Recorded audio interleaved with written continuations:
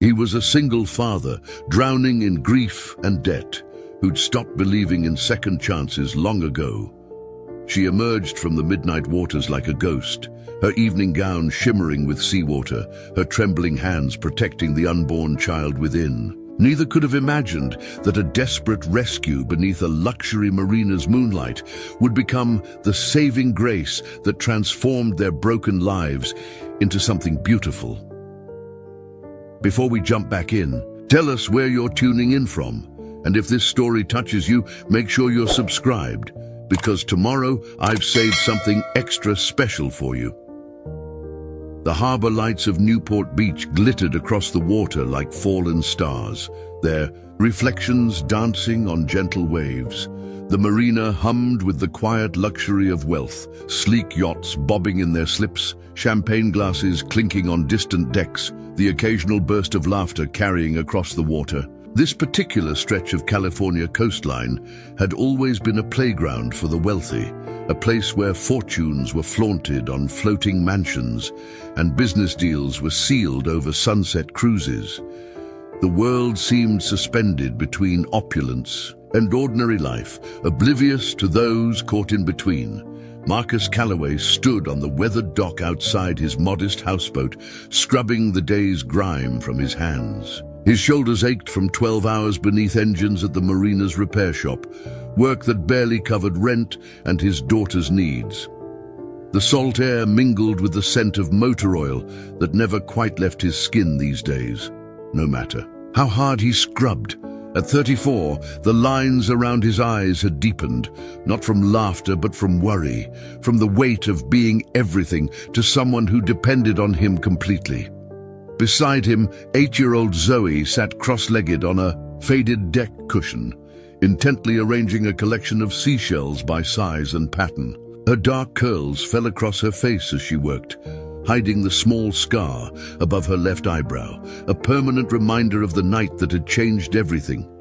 She hadn't spoken a word in nearly 2 years, not since the night her mother's. And car had plunged off the coastal highway. The specialist called it selective mutism, triggered by trauma. Marcus called it the heaviest silence he'd ever carried. This was their nightly ritual, him cleaning up after work, while Zoe organized her treasures nearby. The gentle lap of water against the hull, the distant hum of boats returning to their slips. Marcus had come to appreciate these moments of quiet predictability in a life that had become anything but certain. "Almost done there, seahorse?" he asked softly, using the nickname that had stuck since she was a toddler fascinated by the aquarium. Zoe didn't answer verbally, but her small smile and quick nod were enough. They communicated in their own language now, gestures, expressions, notes left on the refrigerator. He'd learned to read her silence like others read words. Life hadn't always been this way. Before the accident, Marcus had been a successful marine engineer, designing luxury vessels for the very people whose boats he now repaired. He and Laura had lived in a hillside home with ocean views, planning weekend getaways and Zoe's future college fund. Then came the rainy night, the slick roads, the call that shattered everything. In the aftermath, grief made him careless. Projects were neglected, deadlines missed. When the firm finally let him go, the downward spiral accelerated. Savings depleted for therapy Zoe desperately needed, the house sold to pay medical bills, and finally, the move to this houseboat, the last affordable option that would keep. Them near the water Laura had loved so much. The houseboat wasn't much, 2 tiny bedrooms, a galley kitchen, and a small living area, but they'd made it home. Marine-themed curtains Zoe had picked out, walls covered with her drawings. A collection of salvaged boat parts Marcus had repurposed into lamps and shelves. It was theirs, a floating refuge in a world that had proven itself unreliable. As darkness settled over the marina, the temperature dropped. Marcus reached for Zoe's jacket, draped over a deck chair. "Getting chilly, seahorse. Time to head in." He helped her gather her shells into a small canvas bag, noticing how carefully she handled each one. as if they were precious gems instead of discarded homes of long-gone creatures. From further down the marina, the thrum of music grew louder. Another extravagant party on one of the mega yachts that dwarfed their humble vessel. The Endless Summer, a 120-foot beauty owned by tech mogul Philip Westbrook, was especially bright tonight, strung with additional lights for what looked to be a particularly lavish gathering. Marcus had worked on its engines just last week, a rush job that paid well, but required him to bite his tongue when Westbrook complained about the inconvenience while checking his watch that cost more than Marcus made in a year. "Different worlds," Marcus murmured, guiding Zoe toward their cabin door. He tried not to be bitter about the contrast between their lives and those of the marina's wealthy patrons. Resentment wouldn't put food on their table or help Zoe heal. Besides, those repair jobs paid their bills, kept them afloat, both literally and figuratively.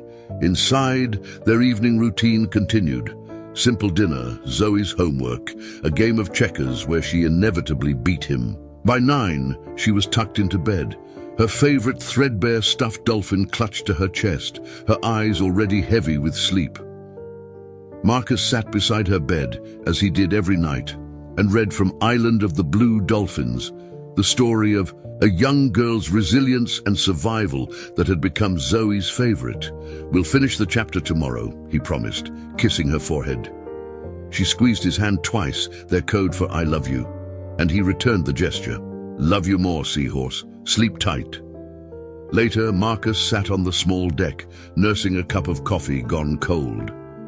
The party on the Westbrook yacht was still going strong, the music shifting to something with a heavier beat. He should turn in. 5 a.m. would come too soon, bringing another day of crawling through engine compartments and fixing what the wealthy had broken. But sleep rarely comes easily these days, his mind too full of worries about upcoming bills, Zoe's therapy costs, and the leak in the roof he hadn't found time to properly fix. The night air carried a hint of autumn chill, unusually cool for southern California. The moon hung low and full, casting long silver reflections across the water. Marcus watched its light shimmer on the surface, remembering how Laura used to say that moonlight on water was magic, old light traveling millions of miles just to dance on waves before bouncing into their eyes. He was so lost in memory that, at first, he didn't hear it. A splash too deliberate to be a fish, too desperate to be a diver. Then came a sound that cut through the night and froze his blood. A woman's gasping cry for help. Marcus sprang to his feet, coffee mug clattering to the deck. His eyes scanned the dark water, searching for the source of the cry. Another splash, weaker this time, drew his attention toward the shadowy area between the docks, away from the lights and activity of the Westbrook yacht. "Hello?" he called out, voice cutting through the night air. "Where are you?" A faint response, barely audible over the ambient noise of the marina and the distant music. "Help, please." Without hesitation, Marcus kicked off his shoes and dove into the water. The cold hit him like a physical blow, shocking his system. The salt stung his eyes as he surfaced, orienting himself toward where he'd heard the voice. The water was darker than he expected, the marina lights creating deceptive shadows on the surface. "Keep calling out," he shouted, swimming with powerful strokes. His years spent in the water made him a strong swimmer, but the darkness complicated things. Then he saw her, a pale figure struggling to stay afloat about 20 yards away, her arms moving erratically, her strength clearly failing. As he drew closer, details emerged, a woman in what appeared to be an evening gown, her dark hair plastered to her face and neck, makeup streaking down her cheeks, gasping for breath between desperate attempts to keep her head above water. But what stopped his heart was the unmistakable swell of her abdomen.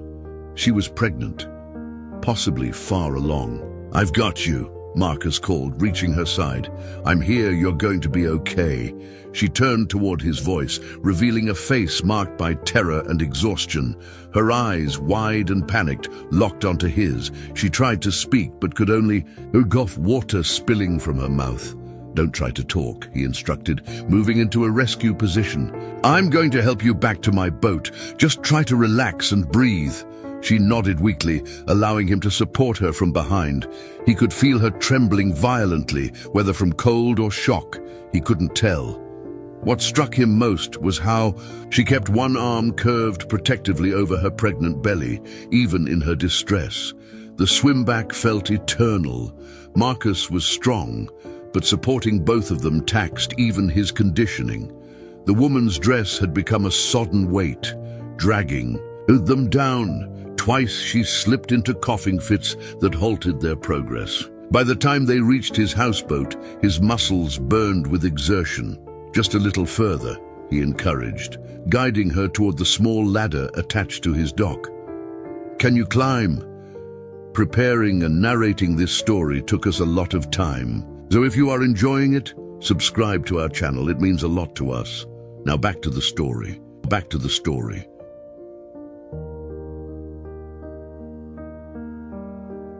She nodded again, though her movements were becoming increasingly uncoordinated, a worrying sign of hypothermia setting in. Marcus climbed up first, then reached down to help her. As she emerged from the water, the full picture became clearer. She wore a once elegant emerald evening gown, now ruined by seawater. Diamond earrings caught the moonlight. Her left wrist bore an expensive watch, still ticking despite its soaking.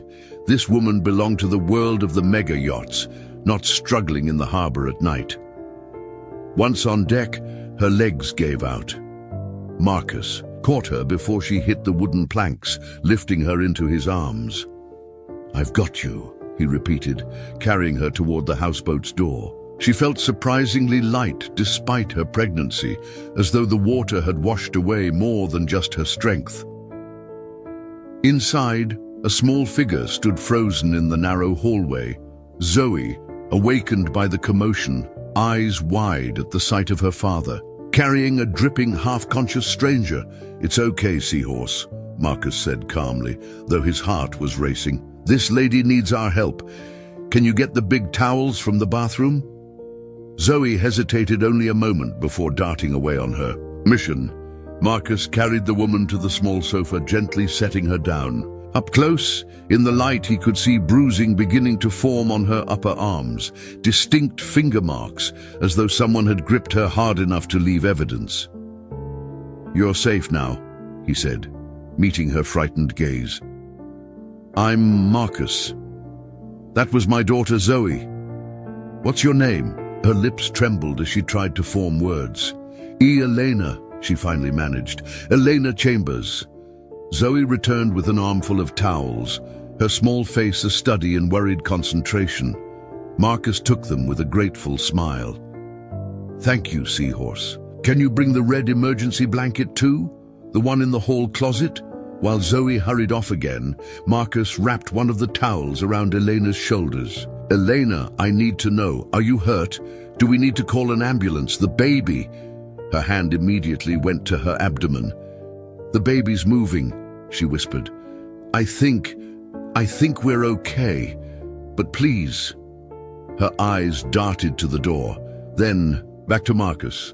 "Please don't call anyone, not yet." The fear in her voice raised alarm bells. Marcus had seen that look before, not just fear of a situation, but fear of a specific person.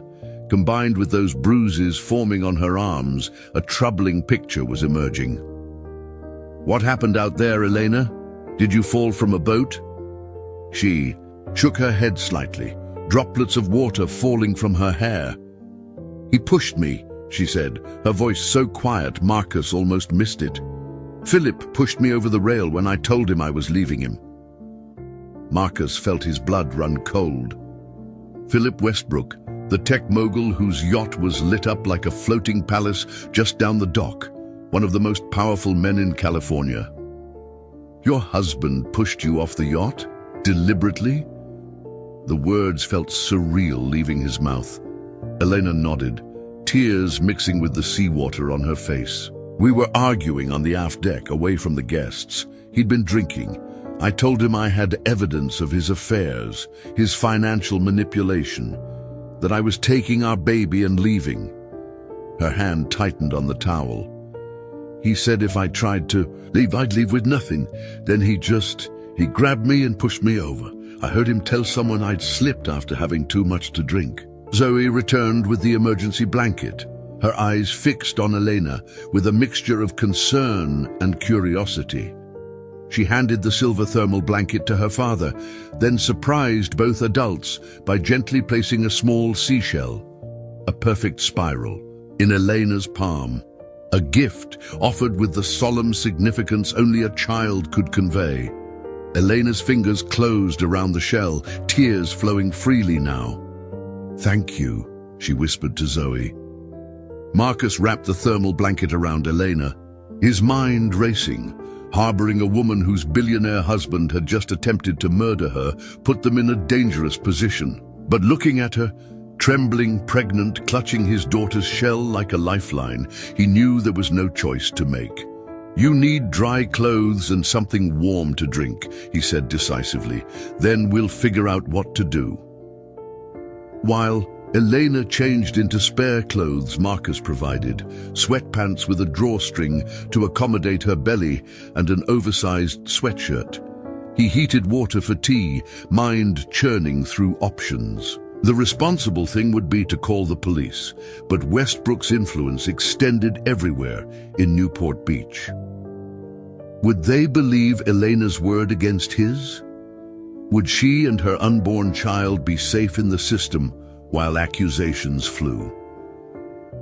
Zoe remained nearby, perched on a kitchen stool, watching the woman with unwavering attention.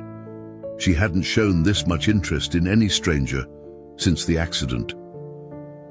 When Eleanor emerged from the small bathroom, she looked marginally better, still pale and shaken, but no longer on the edge of collapse. The sweatshirt draped over her pregnant belly, which appeared to be around 7 months along. She tied her wet hair back, revealing a face that, despite its current distress, carried a natural elegance that spoke of her privileged background. "The clothes help," she said softly, accepting the mug of tea Marcus offered. "Thank you, both of you." She included Zoe in her gratitude, offering a small smile that the girl didn't return, though she didn't look away either. Marcus gestured toward the small dining table. "Let's sit. You should try to warm up completely before we decide next steps." As they settled, the sound of raised voices and activity drifted through the windows, shouting, flashlight beams cutting through the darkness, the rumble of a boat engine starting up. "They're looking for me," Elena whispered, tensing visibly. "He'll tell everyone I accidentally fell overboard after drinking too much, that they searched but couldn't find me in the dark water." Her hands cradled her belly protectively. "By morning, I'll be the tragic society wife who drowned." Marcus moved to the window, carefully peering through the blinds. Sure enough, a search was underway. Crew members from the Westbrook Yacht scanning the water with lights, a smaller boat making methodical passes through the marina. From this distance, it looked like an appropriate concern for a missing guest. Only he and Elena knew the darker truth beneath the performance. "They won't look here," he said, turning back to her. "There's no reason they would, but we need to think about what happens after tonight." He paused, choosing his words carefully. "Elena, a man who would do what your husband did. He won't stop looking, especially once he realizes you survived." She met his gaze, something steely emerging through her fear. "I know," she said quietly. "That's why I need to disappear, completely, until the baby comes and I can prove what he's done." She hesitated. "I have evidence. Financial records, threatening messages, photos of previous injuries. It's all on a secure cloud account, but I need time and safety to access it, organize it. And you need a doctor." Marcus added. Soon, to check on the baby after the trauma you've been through. A small sound made them both turn. Zoe had slid off her stool and now stood beside Elena's chair. With deliberate care, she placed a folded piece of paper on the table. Elena looked to Marcus, questioningly. "She wants you to read it," he explained, softly. Elena unfolded the note written in a child's careful handwriting. "You can stay in my room. I'll sleep with Dad." The simple offer, the first direct communication Zoe had initiated with a stranger in nearly 2 years, left both adults momentarily speechless. Elena's eyes filled with fresh tears as she looked at the solemn-faced girl. "That's very kind of you, Zoe," she said gently. "Are you sure?" Zoe nodded once, decisively, then pointed to her own chest, then to Elena's pregnant belly, and then held up 2 fingers. Marcus translated the gesture with wonder in his voice. "She's saying you count as 2 people, so you need more space." He looked at his daughter with a mixture of pride and amazement. Something about this situation, about Elena, had broken through a barrier Zoe had maintained for so long. As the searchlights continued to sweep across the harbor outside, the 3 unlikely companions sat in the warm kitchen of the houseboat, united by crisis and compassion. None of them could have predicted the morning would find them here, thrown together by an act of terrible cruelty and an act of simple humanity. For now, they were momentarily safe in the eye of the storm. But dawn would bring new challenges. Decisions that would alter the course of all their lives. And somewhere out on that gleaming yacht, a man with wealth and power was orchestrating a lie to cover up his attempted murder, unaware that his victim had found shelter with the most unlikely of allies. Dawn arrived with a pale golden light that filtered through the houseboat's small windows, painting stripes across the worn floorboards. Elena woke disoriented, momentarily panicked until memory returned in a rush. The argument, the horrifying moment of weightlessness as she fell, the cold shock of water, and then rescue. She sat up slowly in Zoe's narrow bed, wincing as her body protested. The room around her was a child's sanctuary.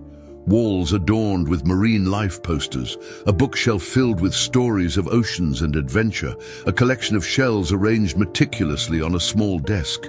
A handmade dream catcher hung above. The bed, its center woven in the shape of a seahorse. Despite the circumstances, Elena felt a strange peace in this small, carefully curated space. The baby shifted within her, a reassuring movement that brought tears of relief. She placed both hands on her belly, whispering, "We made it, little one.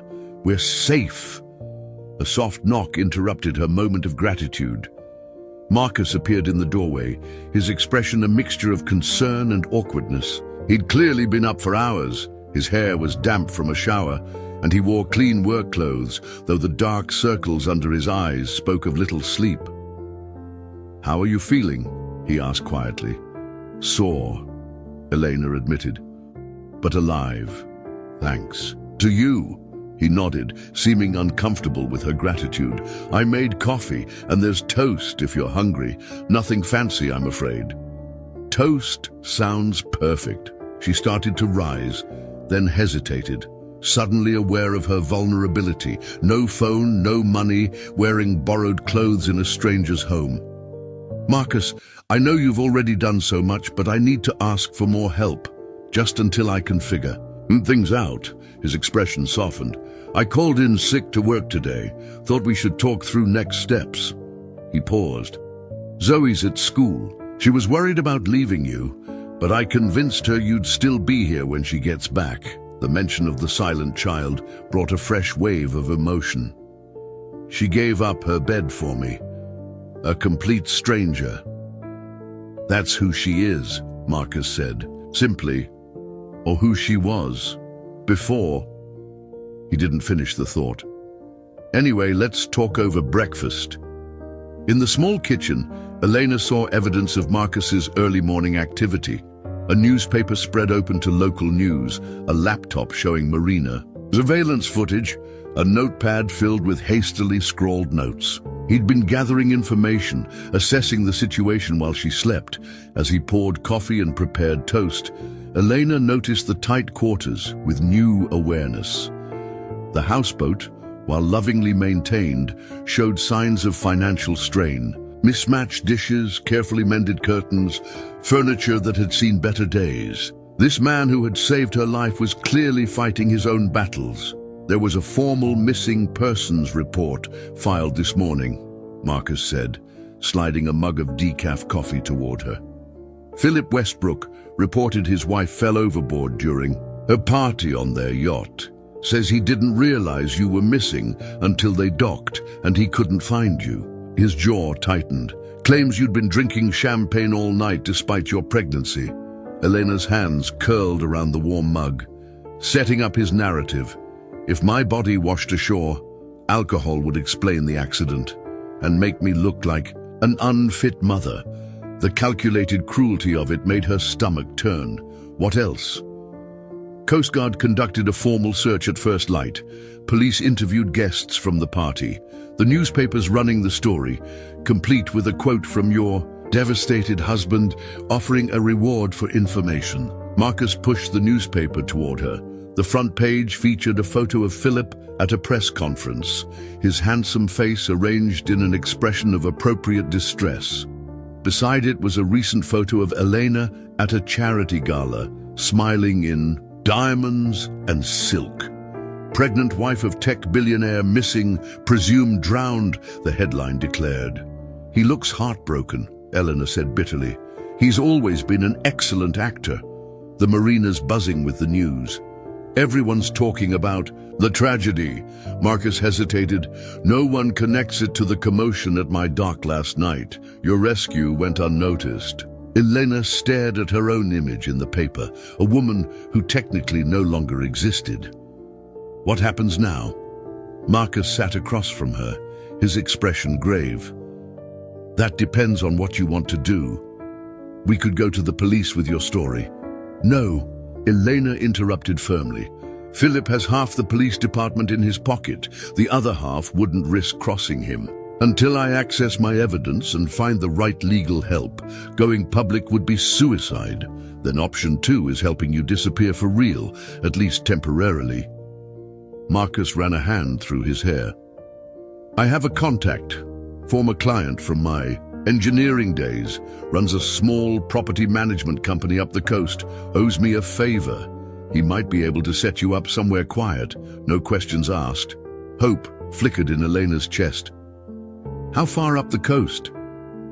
Bodega Bay, small fishing town, about 8 hours north. Remote enough to hide, but with a medical clinic that could monitor your pregnancy. He hesitated. The problem is getting you there. Your face is all over the news now. Airports, train stations, bus terminals, all risky. Elena nodded slowly, mind racing. I need to change my appearance, and we'd need to drive back roads if possible. She met his eyes. But Marcus, I can't ask you to do that. You've already risked enough harboring me here. You have Zoe to think about. An uncomfortable silence stretched between them. Marcus stared into his coffee cup, clearly wrestling with a decision. When he looked up, his expression had shifted. When Zoe's mother died, he said quietly, there were people who stepped up for us. Strangers who showed kindness when we needed it most. I can't explain why, but he gestured vaguely at the small living space. This life we have, it's hanging by a thread most days, but it's ours because people helped when they didn't have. 2, he took a deep breath. Weekend starts tomorrow. I could take Zoe on a camping trip up the coast. No one would question it. We do it sometimes when I can afford the gas.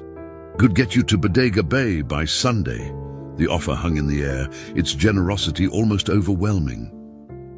Why would you do this for me? Elena whispered. You don't even know me. Marcus's expression turned distant, as if seeing something beyond. The small kitchen. When I pulled you from that water, your first instinct was to protect your baby. Not yourself, your child. his voice roughened. "I've seen that kind of love before. It matters." Elena felt tears threaten again. In her world of calculated social alliances and transactional relationships, this straightforward kindness seemed almost foreign. "Thank you," she said simply, knowing the words were insufficient. The moment was interrupted by a sharp rap at the door. Both of them froze. "Harbor Patrol," called a male voice. "Routine check as part of the search effort." Marcus motioned for Elena to stay put, then crossed to the door, opening it just enough to show his face. "Morning, officer. What's going on?" Through the crack in the doorway, Elena could see a uniformed Harbor Patrol officer holding a tablet, conducting welfare checks on all live aboards. Woman went missing from a yacht last night. Just making sure everyone is accounted for and seeing if anyone notices anything unusual. "Yeah, I heard about that," Marcus said casually.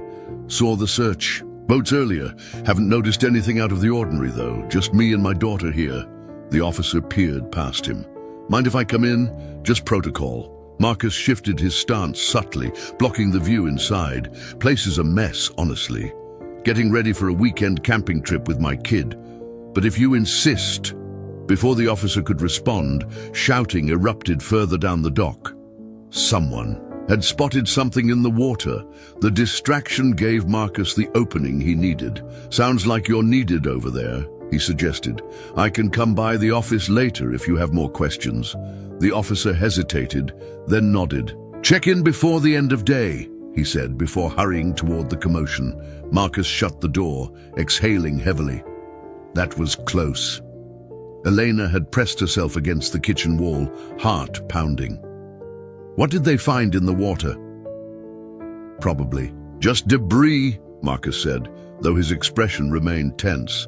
"But it confirms they're searching this area thoroughly. We need to move quickly." He glanced at the clock.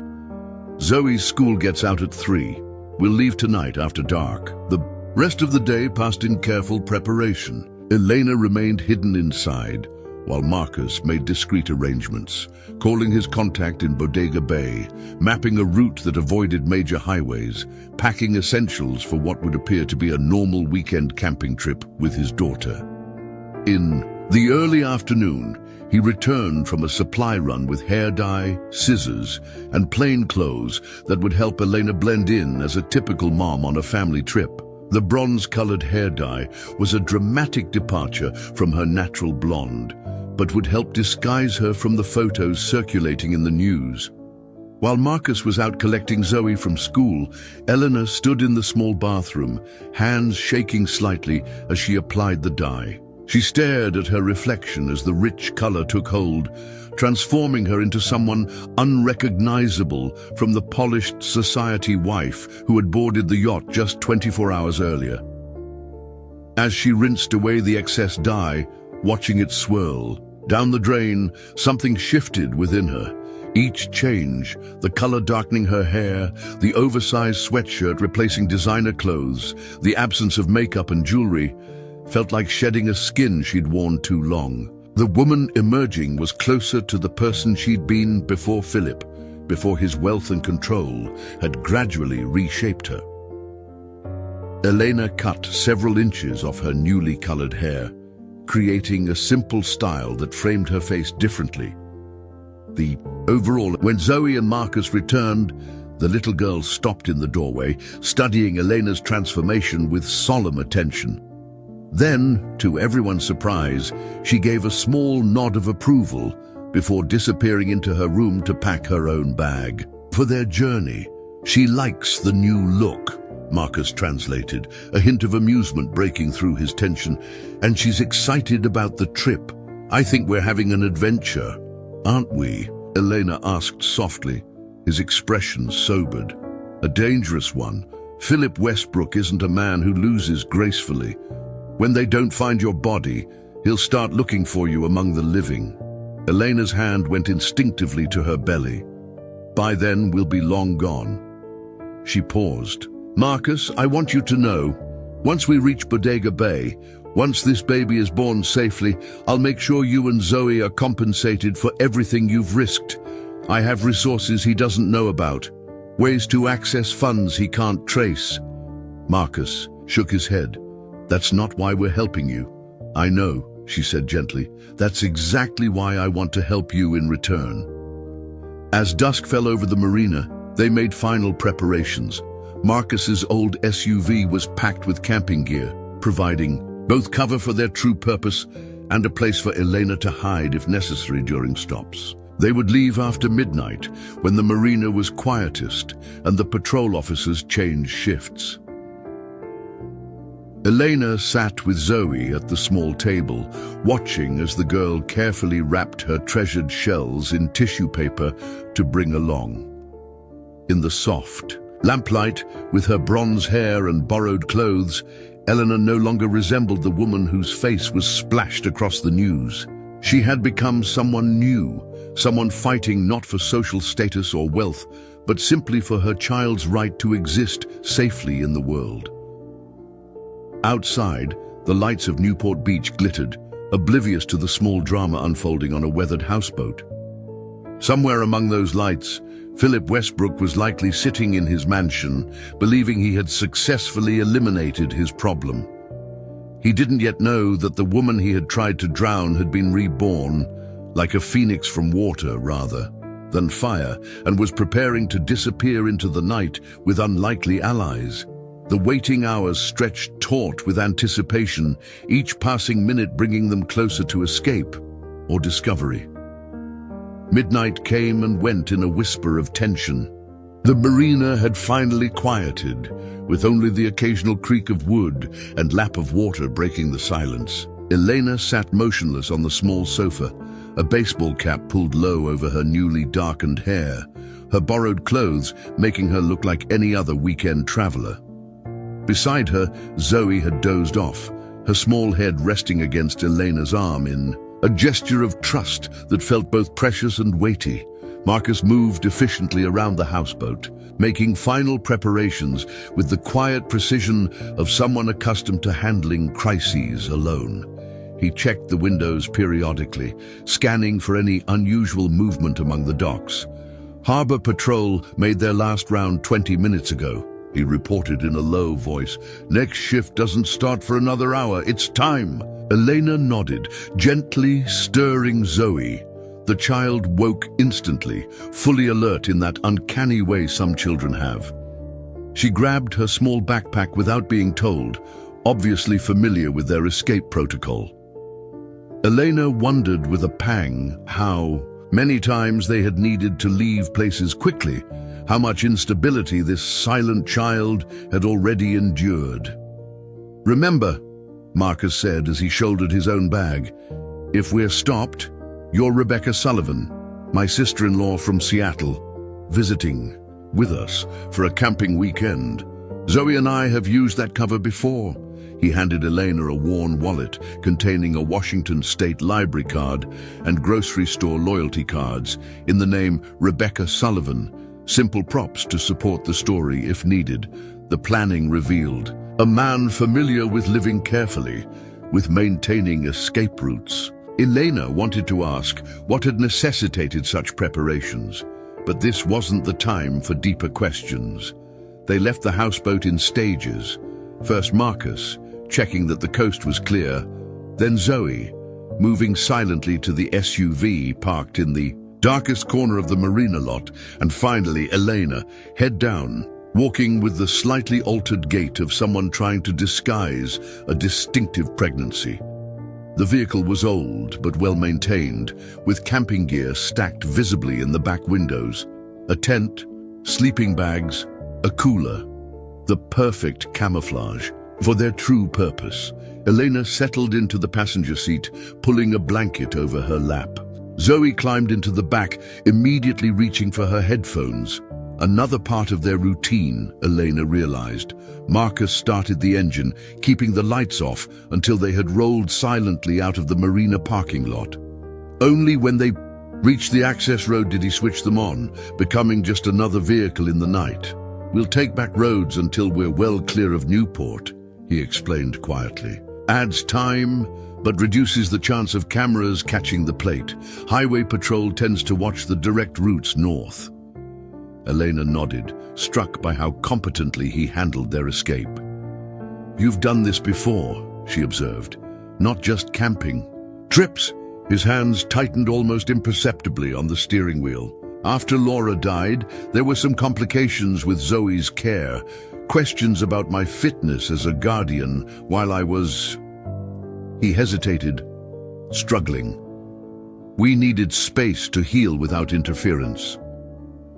He glanced in the rearview mirror at his daughter, who appeared absorbed in her music. Sometimes the system that's supposed to help can do more harm than good. The simple explanation contained volumes: grief, fear, a father's desperate protection of his traumatized child. Elena understood with sudden clarity that Marcus Calloway lived constantly on the edge of losing everything that mattered to him, just as she now did. As they wound through the sleeping coastal communities, Eleanor felt the tension in her body begin to ease. Each mile increased the distance between her and Philip, between her baby and danger. The rhythmic motion of the vehicle had a calming effect, and she found herself drifting, not quite sleeping but suspended in a state of exhausted relief. She was jolted to full awareness when Marcus suddenly pulled into a 24-hour gas station nearly 2 hours north of Newport. The stark fluorescent lights made her shrink into her seat. "Tank's nearly empty," he explained apologetically. "I'll be quick. Stay low." Elena pulled the blanket higher and adjusted her cap while Marcus pumped gas.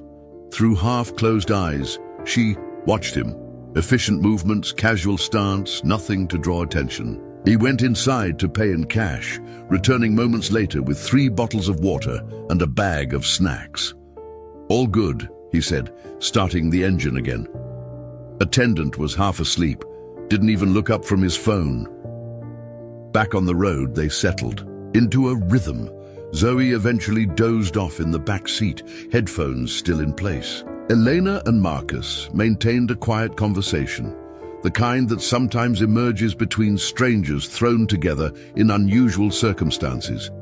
Careful at first, then gradually more revealing. She learned that before the accident, he had been something of a prodigy in marine engineering, designing innovations that made luxury yachts more fuel efficient. He'd met Laura in college. She was studying marine biology, shared his passion for the ocean. They'd built a good life, climbing steadily toward the American dream until the rainy night that shattered everything. The police said she swerved. "To avoid a deer," he said, voice flat as he recounted the worst moment of his life. "Car went through the guardrail. 50-foot drop to the rocks below." His knuckles whitened on the steering wheel. Zoe was in the back seat. Firefighters had to cut her out. She hasn't spoken a word since. "I'm so sorry," Elena whispered, the inadequate words all she had to offer. He nodded once, acknowledging her sympathy without dwelling on it. "Your turn," he said after a moment. "How does someone like you end up married to someone like Philip Westbrook?" The question wasn't accusatory, just quietly curious. Eleanor looked out the window at the darkened landscape, gathering her thoughts. "I was finishing my MBA," she began, working as an assistant curator at a small art museum to pay the bills. Philip came to a fundraiser, major donor, everyone fawning over him, except me. I knew nothing about him, treated him like any other guest. A small, sad smile touched her lips. He later told me that's what caught his attention. The woman who wasn't impressed by his money. She shifted in her seat, adjusting to the baby's weight. He was charming, brilliant even, sent flowers daily, remembered tiny details from our conversations, made me feel like the center of his universe. She paused. "That's how it starts, you know. They make you feel chosen, special. It's only later you realize it wasn't love. It was acquisition." Marcus nodded, understanding in his eyes. "When did it change?" "After the wedding. Small things at first. Suggestions about my clothes, monitoring my schedule, isolating me from friends who weren't good enough. Then criticism, constant subtle undermining. Her voice hardened. By the time he first raised his hand to me, I was already too entangled, financially dependent, cut off from support systems, convinced somehow it was all my fault. She rested her hand on her belly, feeling the baby shift. This little one was my wake-up call. I could endure it for myself, had convinced myself I deserved it somehow. But I couldn't let my child grow up in that environment, couldn't let them think that's what love looks like. Love looks like. The highway stretched empty before them, a ribbon of asphalt disappearing into darkness. Above, stars punctured the night sky with impossible clarity, the kind of view obscured by city lights and luxury living. "How did you start planning to leave?" Marcus asked, carefully, secretly. There was pride in her voice now. "I created a separate email account on library computers, gathered documentation of his abuse and financial crimes, connected with a domestic violence attorney who agreed to take my case pro bono." She paused. "I was going to testify in an ongoing SEC investigation against him. That's why he pushed me off that yacht. He found my hidden phone, saw the messages." Dawn was beginning to lighten the eastern sky, painting the horizon in delicate pinks and golds. They had driven through the night, making good time on empty roads.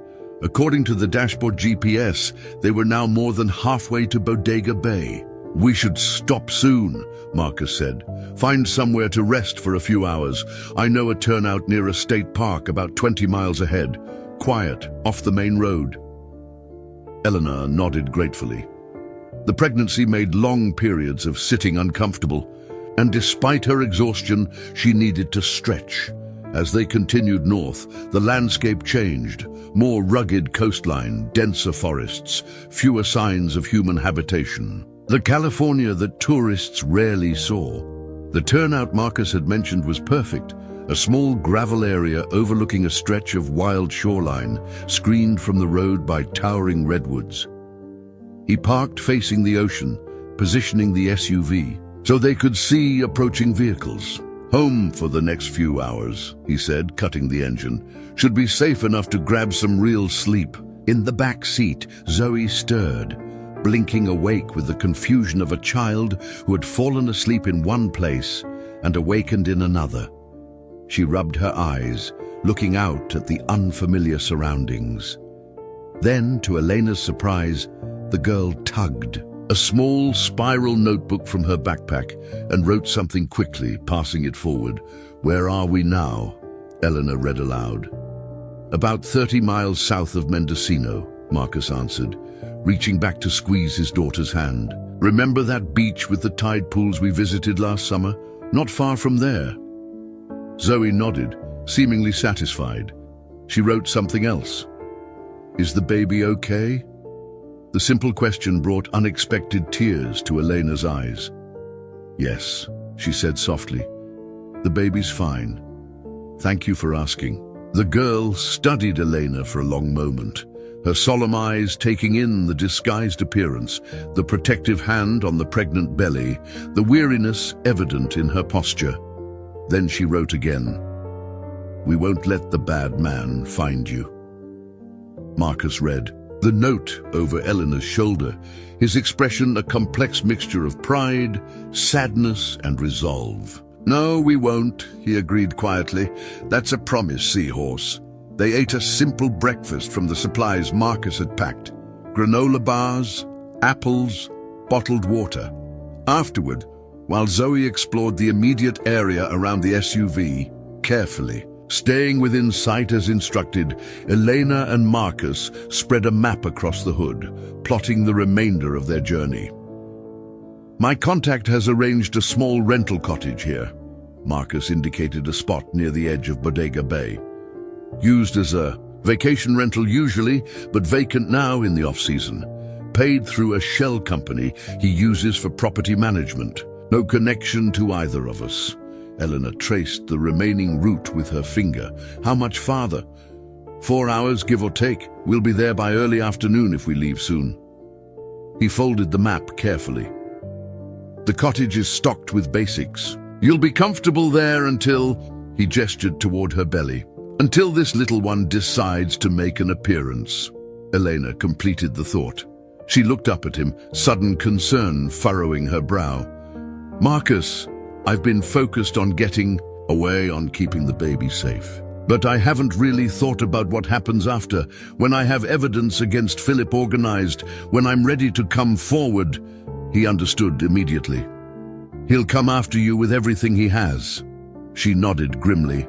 And anyone who... Help me. Her eyes drifted to where Zoe was carefully examining a wildflower. I can't put you both at risk any longer than necessary. Marcus was quiet for a moment, watching his daughter.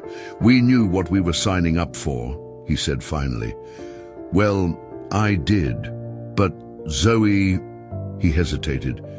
When she gave you that shell, when she offered her room, it was the first time since the accident that she's reached out to anyone new. Whatever risk we're taking, it's already been worth it to me for that alone.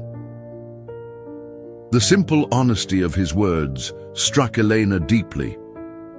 In her previous life, surrounded by wealth and power, relationships had always carried undercurrents of advantage and calculation. This straightforward kindness, asking nothing in return, felt almost foreign. Still, she insisted, once I'm settled, you should head back. Resume your normal life. If Philip ever connects you to my disappearance, we'll cross that bridge. When we come to it, Marcus interrupted gently.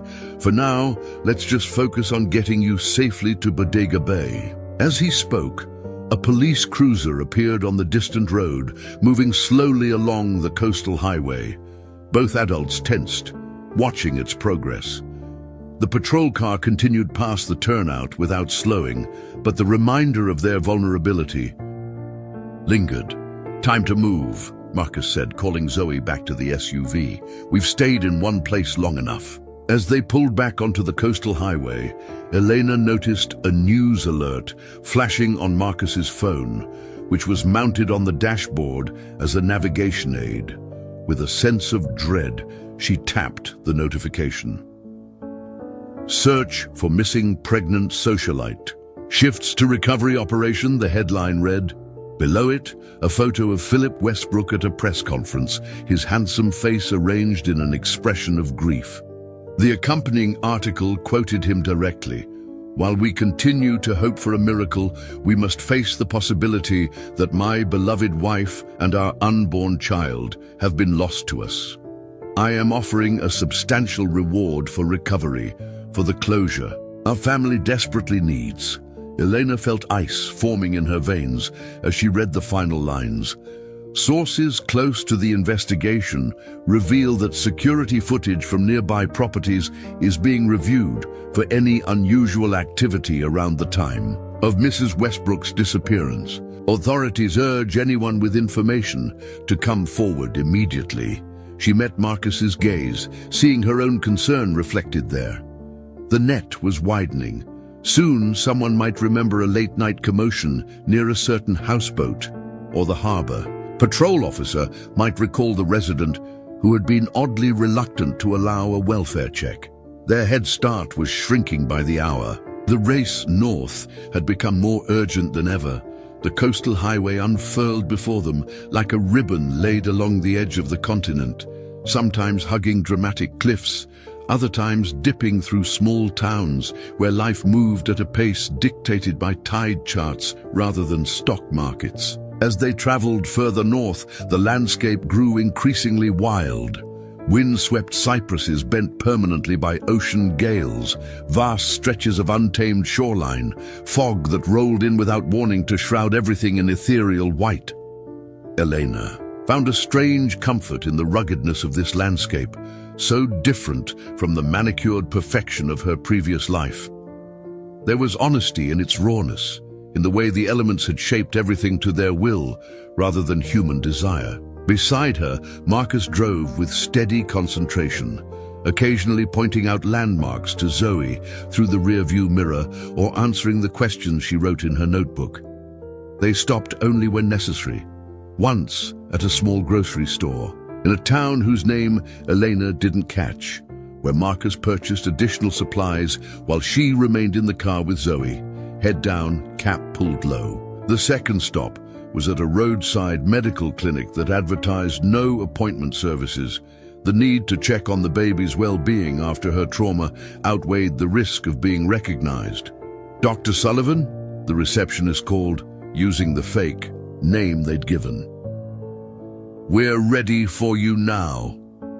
Elena followed the nurse to an examination room, heart pounding with anxiety, not just about the baby, but about maintaining her cover story.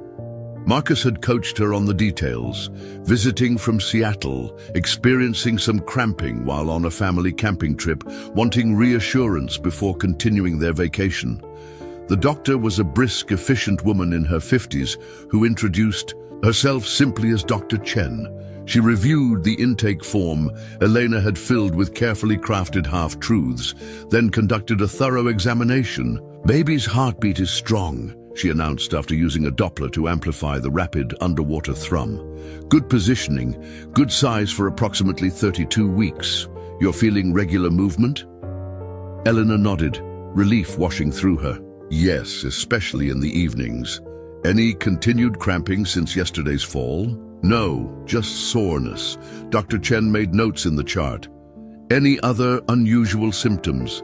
Headaches, vision changes, swelling in your extremities?" "Nothing unusual," Elena answered truthfully. The doctor studied her for a moment, her professional gaze seeming to look beyond the surface. "Mrs. Sullivan, is there anything else you'd like to tell me? Anything that might be relevant to your care?" Something in her tone, not accusatory but gently concerned, made Elena wonder if her disguise was as effective as she'd hoped.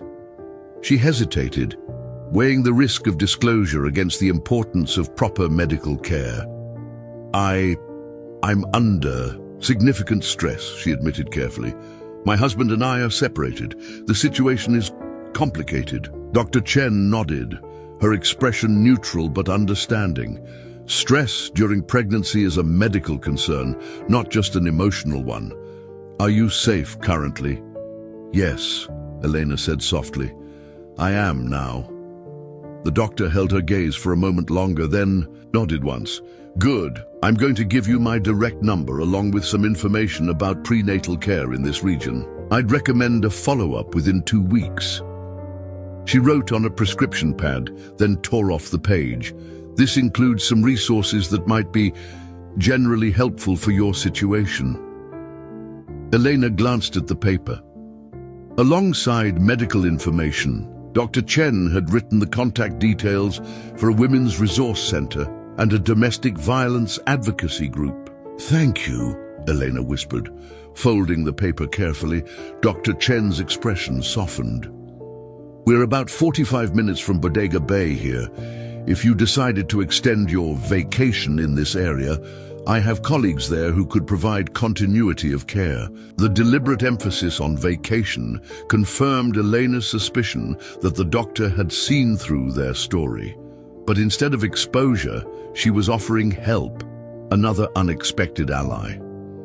Back in the SUV, Elena shared the positive report with Marcus and Zoe, whose visible relief reminded her that she wasn't the only one invested in this unborn child's welfare.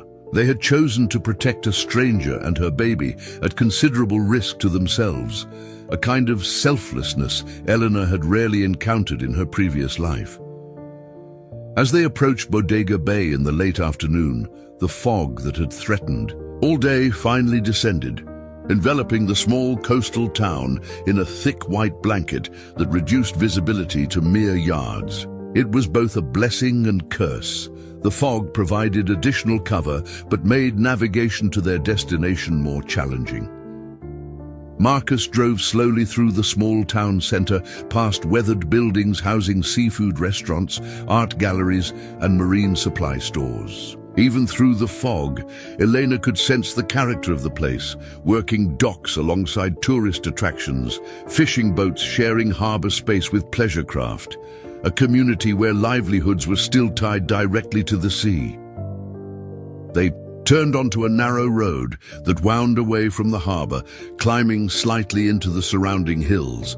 The houses here were spaced further apart, many hidden behind gates or dense vegetation.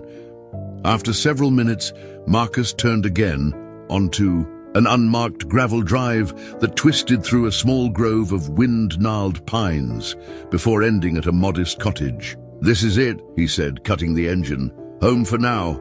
The cottage was a single-story structure with cedar shingle siding weathered to a soft grey. A covered porch wrapped around two sides, offering views of the distant bay through the trees. It wasn't large or luxurious, but something about its sturdy presence against the elements spoke of sanctuary.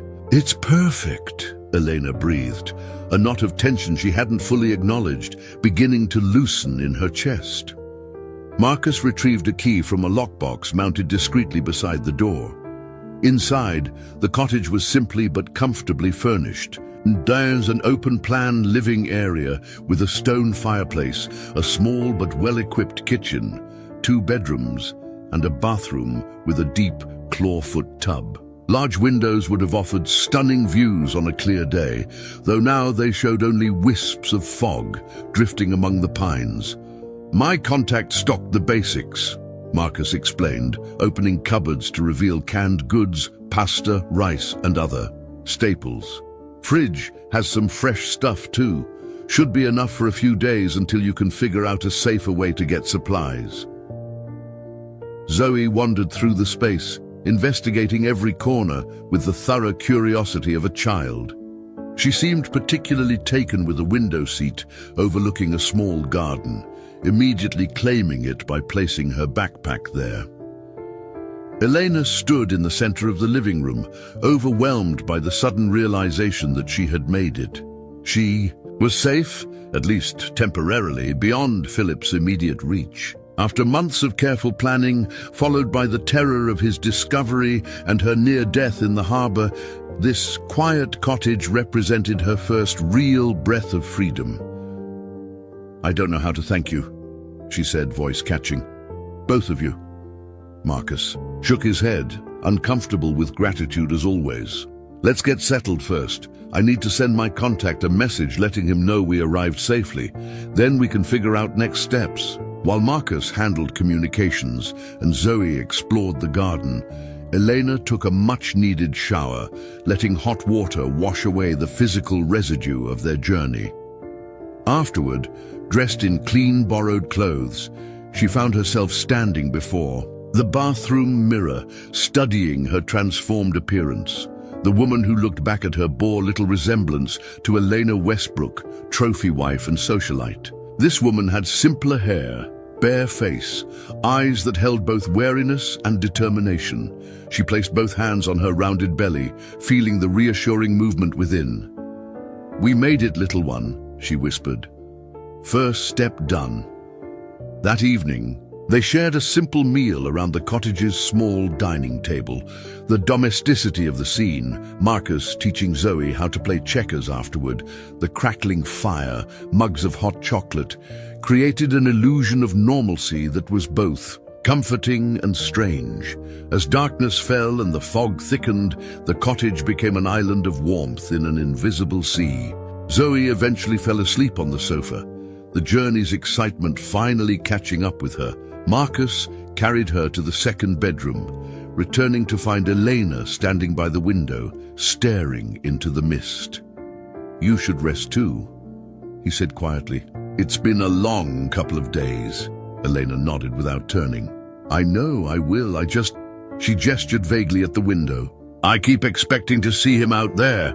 Philip, even though I know it's impossible, there's no way he could have tracked us." She wrapped her arms around herself. "Maybe that feeling never goes away when you've lived with someone capable of what he did." Marcus was quiet for a moment.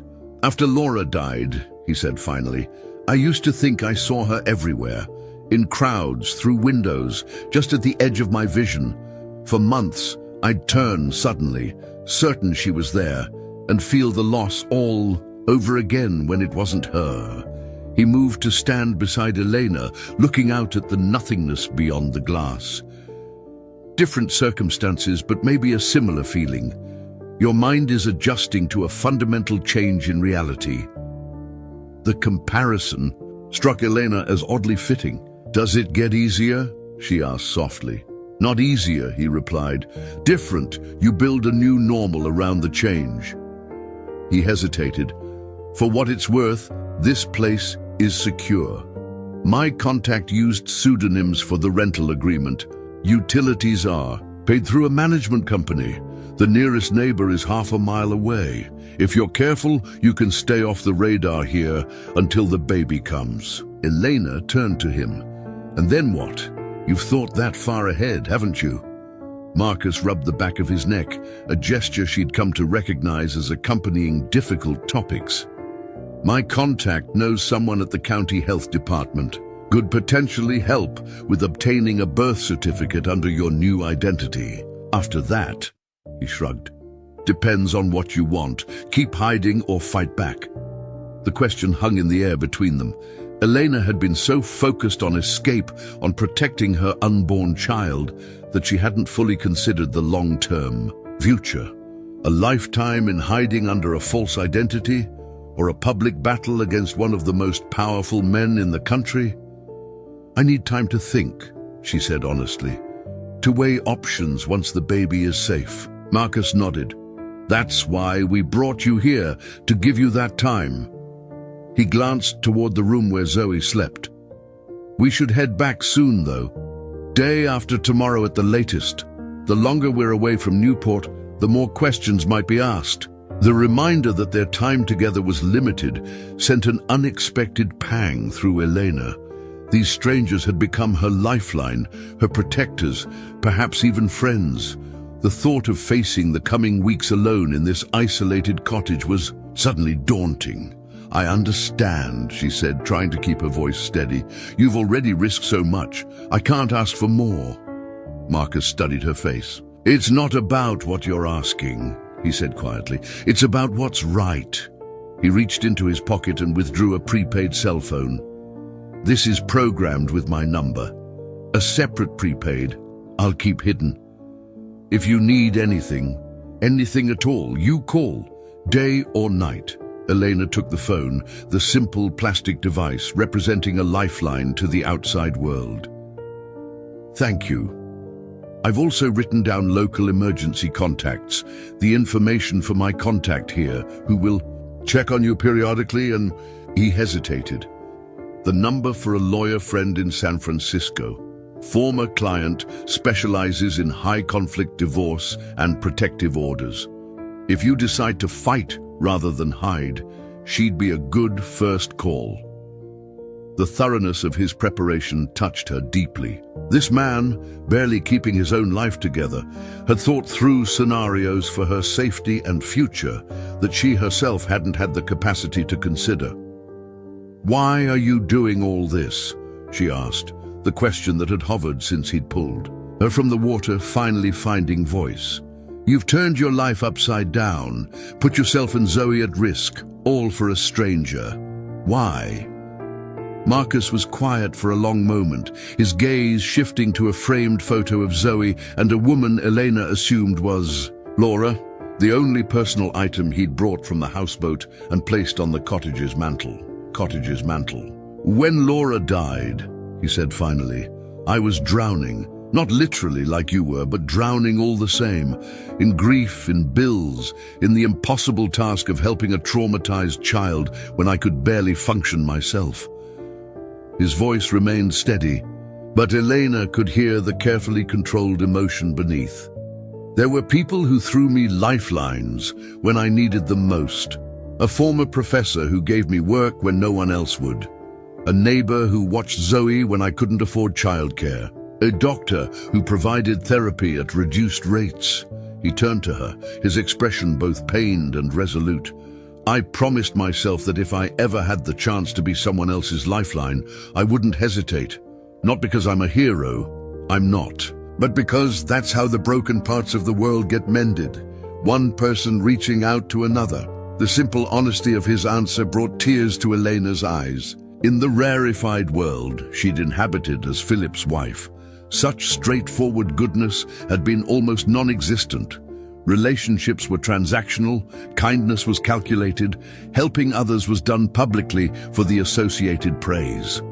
This quieter form of decency, helping because it was right with no expectation of return, felt revolutionary. "I think," she said softly, "your daughter is very lucky to have you as her father." A ghost of a smile touched his lips. "I'm the lucky one." He glanced at his watch. "It's late, you should try to sleep. Tomorrow we'll go over everything you need to know about the cottage, the area, and emergency protocols." As he turned to go, Eleanor reached out impulsively, catching his hand. "Marcus." He paused, looking back at her. "Whatever happens next, I want you to know that you did save me.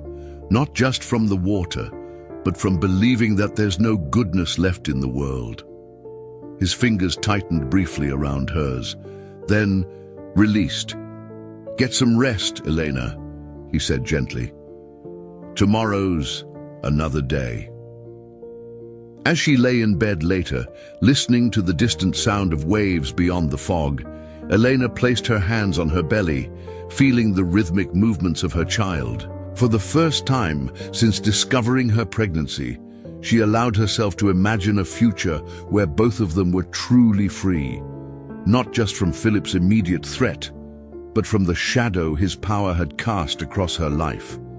That future remains uncertain, filled with challenges she had yet to face. But in this moment, in this cottage hidden by fog and distance, she had found something previously unimaginable, a place to breathe, to plan, to hope.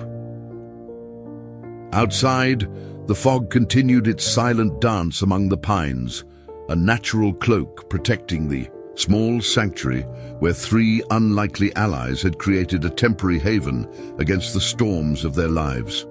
The fog lifted the next morning, revealing a stunning panorama of Bodega Bay from the cottage windows. Sunlight sparkled on distant water, illuminating fishing vessels as they made their way out to sea. The dramatic coastline stretched north and south, rugged cliffs alternating with secluded beaches accessible only at low tide. Under different circumstances, it might have felt like a vacation retreat. Elena woke early, her back aching from the pregnancy. She found Marcus already in the kitchen, methodically organizing supplies into labeled cabinets. A detailed map of the area was spread across the counter, key locations marked in his precise handwriting. Medical center, police station, grocery store, alternate routes out of town. "Morning," he said, sliding a cup of decaf coffee toward her. "Sleep okay?" "Better than I expected," she admitted. "Where's Zoe?" "Exploring the garden. There's a family of quail she's been sketching." His expression softened. "She seems happy here." Elena nodded, sensing the weight behind his observation. "Marcus, about going back to Newport." "We need to," he said firmly. "The longer I'm away from work, the more questions will be asked. Zoe needs to return to school. And most importantly, if anyone connects us to your disappearance..." He didn't finish the thought, but didn't need to. "I know," Elena agreed quietly. I'm afraid for you both. If Philip ever discovers your involvement..." "He won't," Marcus interrupted. "We'll maintain our normal routine. Weekend camping trip, nothing unusual. I've done nothing that would appear suspicious on camera. Bought supplies with cash, kept my face down in public places." He tapped the map. "Right. Now you need to focus on staying safe and healthy until the baby comes." Their conversation was interrupted by Zoe, who entered carrying her sketchbook, which she proudly opened to show Elena. The page revealed a remarkably detailed drawing of a quail family. The male's distinctive head plume, the female's protective stance, tiny chicks huddled beneath her wings. "This is beautiful," Elena said sincerely. "You have a real talent, Zoe." The girl beamed, then turned to a fresh page and began to write.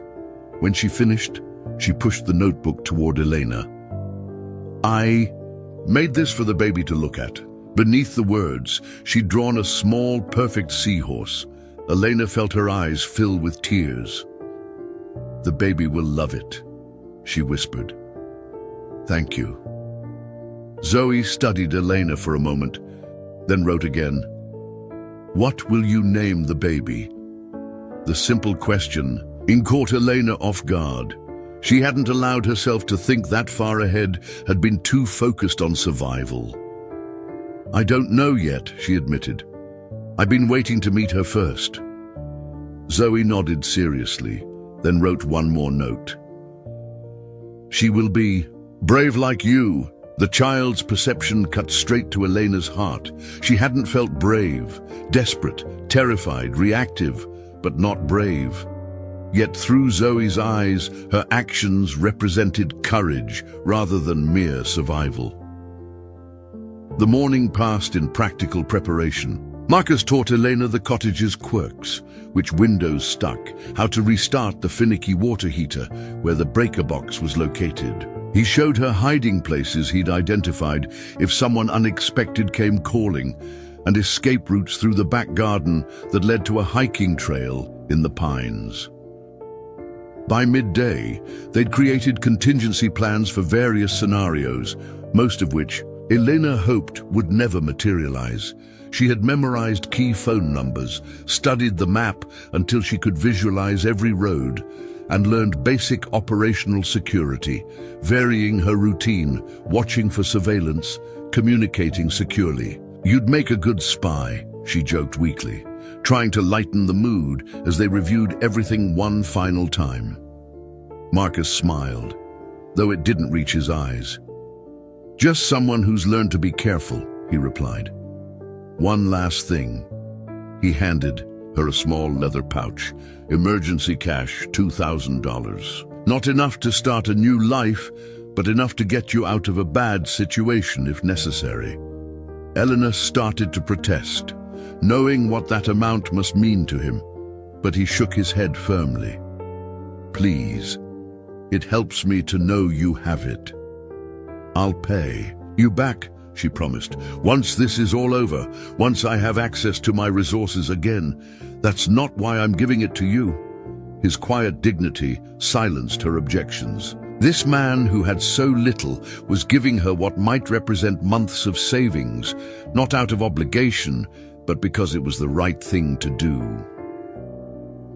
After lunch, the inevitable moment of departure drew closer. Zoe packed her small backpack carefully, including the drawings she hadn't given to Elena. For a child who didn't speak, she communicated more eloquently through her actions than many adults Elena had known. Standing on the cottage porch, the afternoon sun warm on their faces, the trio faced the reality of separation. Marcus went through final instructions when his contact would check in, which days the clinic was open, how to reach him in a true emergency. Elena listened, nodding at appropriate moments, but her attention was caught by Zoe, who stood slightly apart, her expression solemn as she studied the cottage and surrounding landscape, as if committing everything to memory. "We should go," Marcus said finally, keys in hand. "Beat the traffic back to Newport." Elena knelt awkwardly to Zoe's level, her pregnancy making the movement ungainly.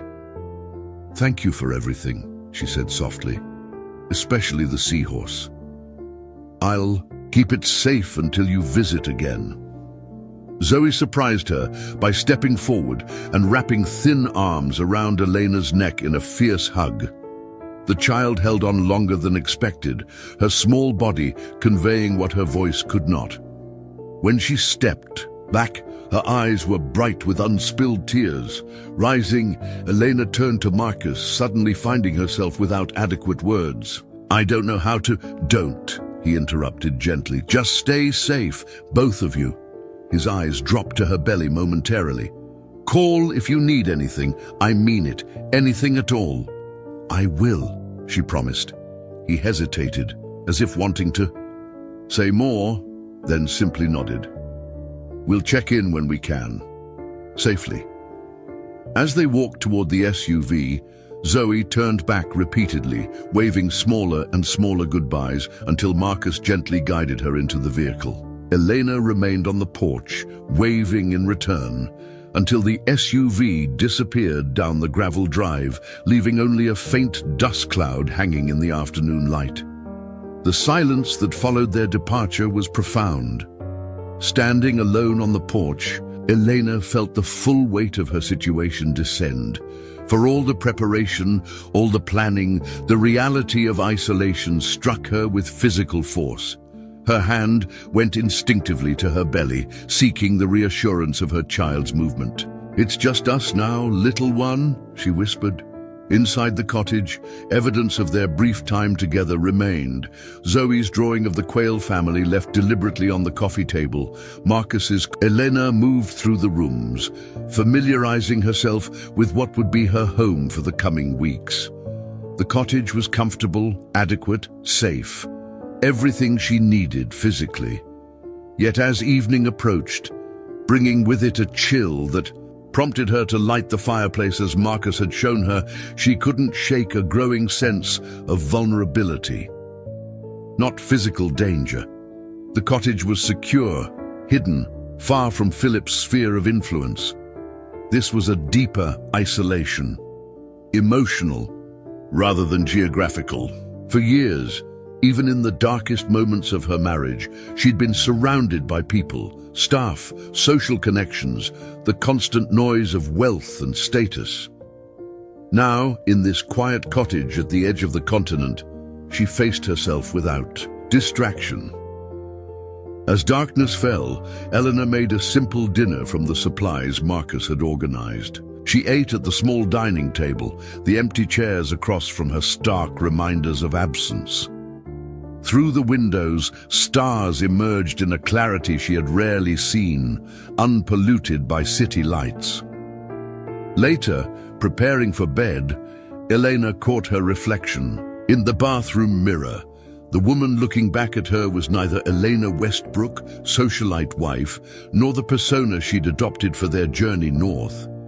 This woman existed in between identities, no longer who she had been, not yet who she would become. She placed both hands on her rounded belly, feeling her daughter shift beneath her touch. "We're going to be okay," she told her reflection, willing herself to believe it. "This is just the beginning." The days at the cottage settled into a careful rhythm. Elena established routines that balanced security with necessary engagement with the outside world. She ventured into town infrequently, always with her disguise carefully maintained, hair tucked under a nondescript cap, body obscuring clothes, sunglasses even on cloudy days. She became Rebecca Sullivan in these moments, a quiet pregnant woman staying at a vacation rental, unremarkable and forgettable. The small grocery store became her primary connection to Bodega Bay's community, a place where she could exchange brief pleasantries with locals without revealing anything meaningful about herself. The elderly cashier who inevitably commented on her growing belly, the fisherman who recommended which catch was best that day. The librarian suggested books when she mentioned having time to read while on vacation. Small human interactions that kept total isolation at bay. 2 weeks after Marcus and Zoe's departure, Elena received her first communication from them, a postcard showing California redwoods with a brief, anonymous message. "Weather good, garden growing. Hope you're enjoying the coast." It was signed simply M&Z, but included a small drawing of a seahorse in the corner that made Elena's eyes fill with tears. She propped the postcard on the cottage's small mantel, a talisman against loneliness. That night, she used the prepaid phone to send a text to Marcus's matching burner. "Beautiful here, making friends with local Quayle family. We're both healthy and safe." The next day, Eleanor had her first appointment with Dr. Chen's colleague in Bodega Bay, a maternal fetal specialist named Dr. Rivera. The woman reviewed her case with professional detachment, making no comment on the obvious discrepancies in Elena's paperwork, the absence of previous medical records, the wedding ring she no longer wore. "Blood pressure looks good. Baby's growth is on track." Dr. Rivera noted, reviewing the ultrasound she'd just completed. "I'd estimate you're about 34 weeks now. Getting close." Elena nodded, watching the monitor where her daughter's profile was. Clearly visible, the curve of her forehead, the tiny hand near her face, the rhythmic flutter of her heart. "Have you given thought to your birth plan?" the doctor asked, her tone deliberately casual. "The hospital is about 20 minutes from your rental, but given your situation, perhaps you'd prefer to discuss alternatives." The careful phrasing confirmed what Elena had suspected. Dr. Chen had communicated something of her circumstances to her colleague, creating another quiet ally in her network of safety. "What alternatives would you recommend?" Elena asked cautiously. Dr. Rivera cleaned the ultrasound gel from Elena's belly before responding. "There's a birthing center attached to my practice. More private than the hospital, less paperwork, but still medically sound. We have arrangements for emergency transfer if complications arise." She made a note in the chart. For women in transitional situations, it often provides the best balance of safety and proper care. The deliberate vagueness of transitional situations was a kindness, allowing Elena her privacy while acknowledging the reality of her circumstances. "That sounds ideal," Elena agreed softly. "Thank you." The doctor nodded, then reached into a desk drawer and withdrew a business card. "This is my personal cell number. When labor begins, call directly rather than going through the office. Day or night," another act of compassion, another small safety net being woven around her. As her pregnancy advanced, Elena's world both contracted and expanded in unexpected ways. The physical limitations of late pregnancy kept her closer to the cottage, yet her awareness of the natural world around her deepened. She noticed things she would have overlooked in her previous life. The family of deer that visited the garden at dawn, the changing patterns of stars overhead, the subtle shift in temperature that signaled approaching autumn. She began keeping a journal, documenting not just her physical changes, but her emotional evolution. Writing became both therapy and preparation, a way to process the trauma she'd endured and a record for her daughter someday, explaining the choices that had brought them to this place. "I want you to know," she wrote one evening as rain tapped gently against the cottage windows, "that I wasn't always strong. For too long, I mistook control for love, mistook silence for peace. I allowed myself to become smaller to accommodate someone else's need for power. But you changed everything. The moment I knew you existed, I found courage I didn't know I possessed. You saved me before I saved you." 3 weeks into her stay, the cottage received an unexpected visitor. Eleanor was preparing lunch when she heard a vehicle on the gravel drive, not the familiar sound of her contact's truck that came every Tuesday with fresh supplies.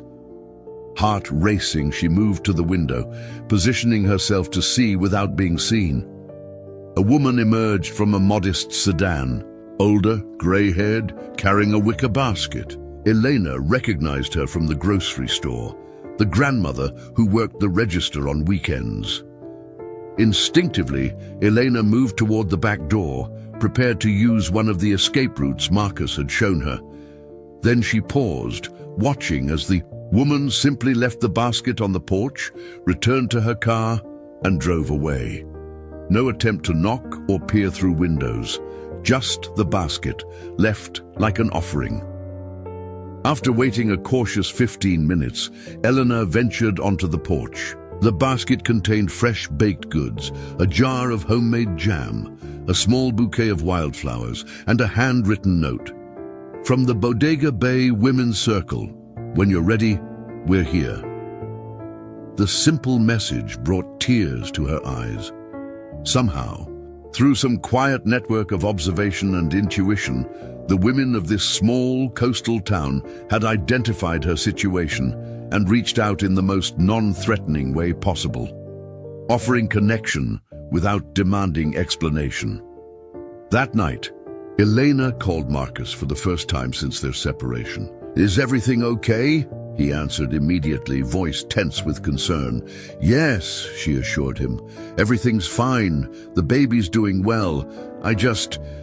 She hesitated, unsure how to express what she was feeling. "The people here, they somehow know. Not the details, just that I'm hiding from something, and they're helping in small ways, protecting me without asking questions." Marcus was quiet for a moment. "Small towns can be like that," he said finally, "especially places where people still depend on each other to survive. They recognize when someone needs shelter." "How are you?" Elena asked, shifting the subject. "And Zoe?" "We're managing," he replied, though something in his tone suggested otherwise.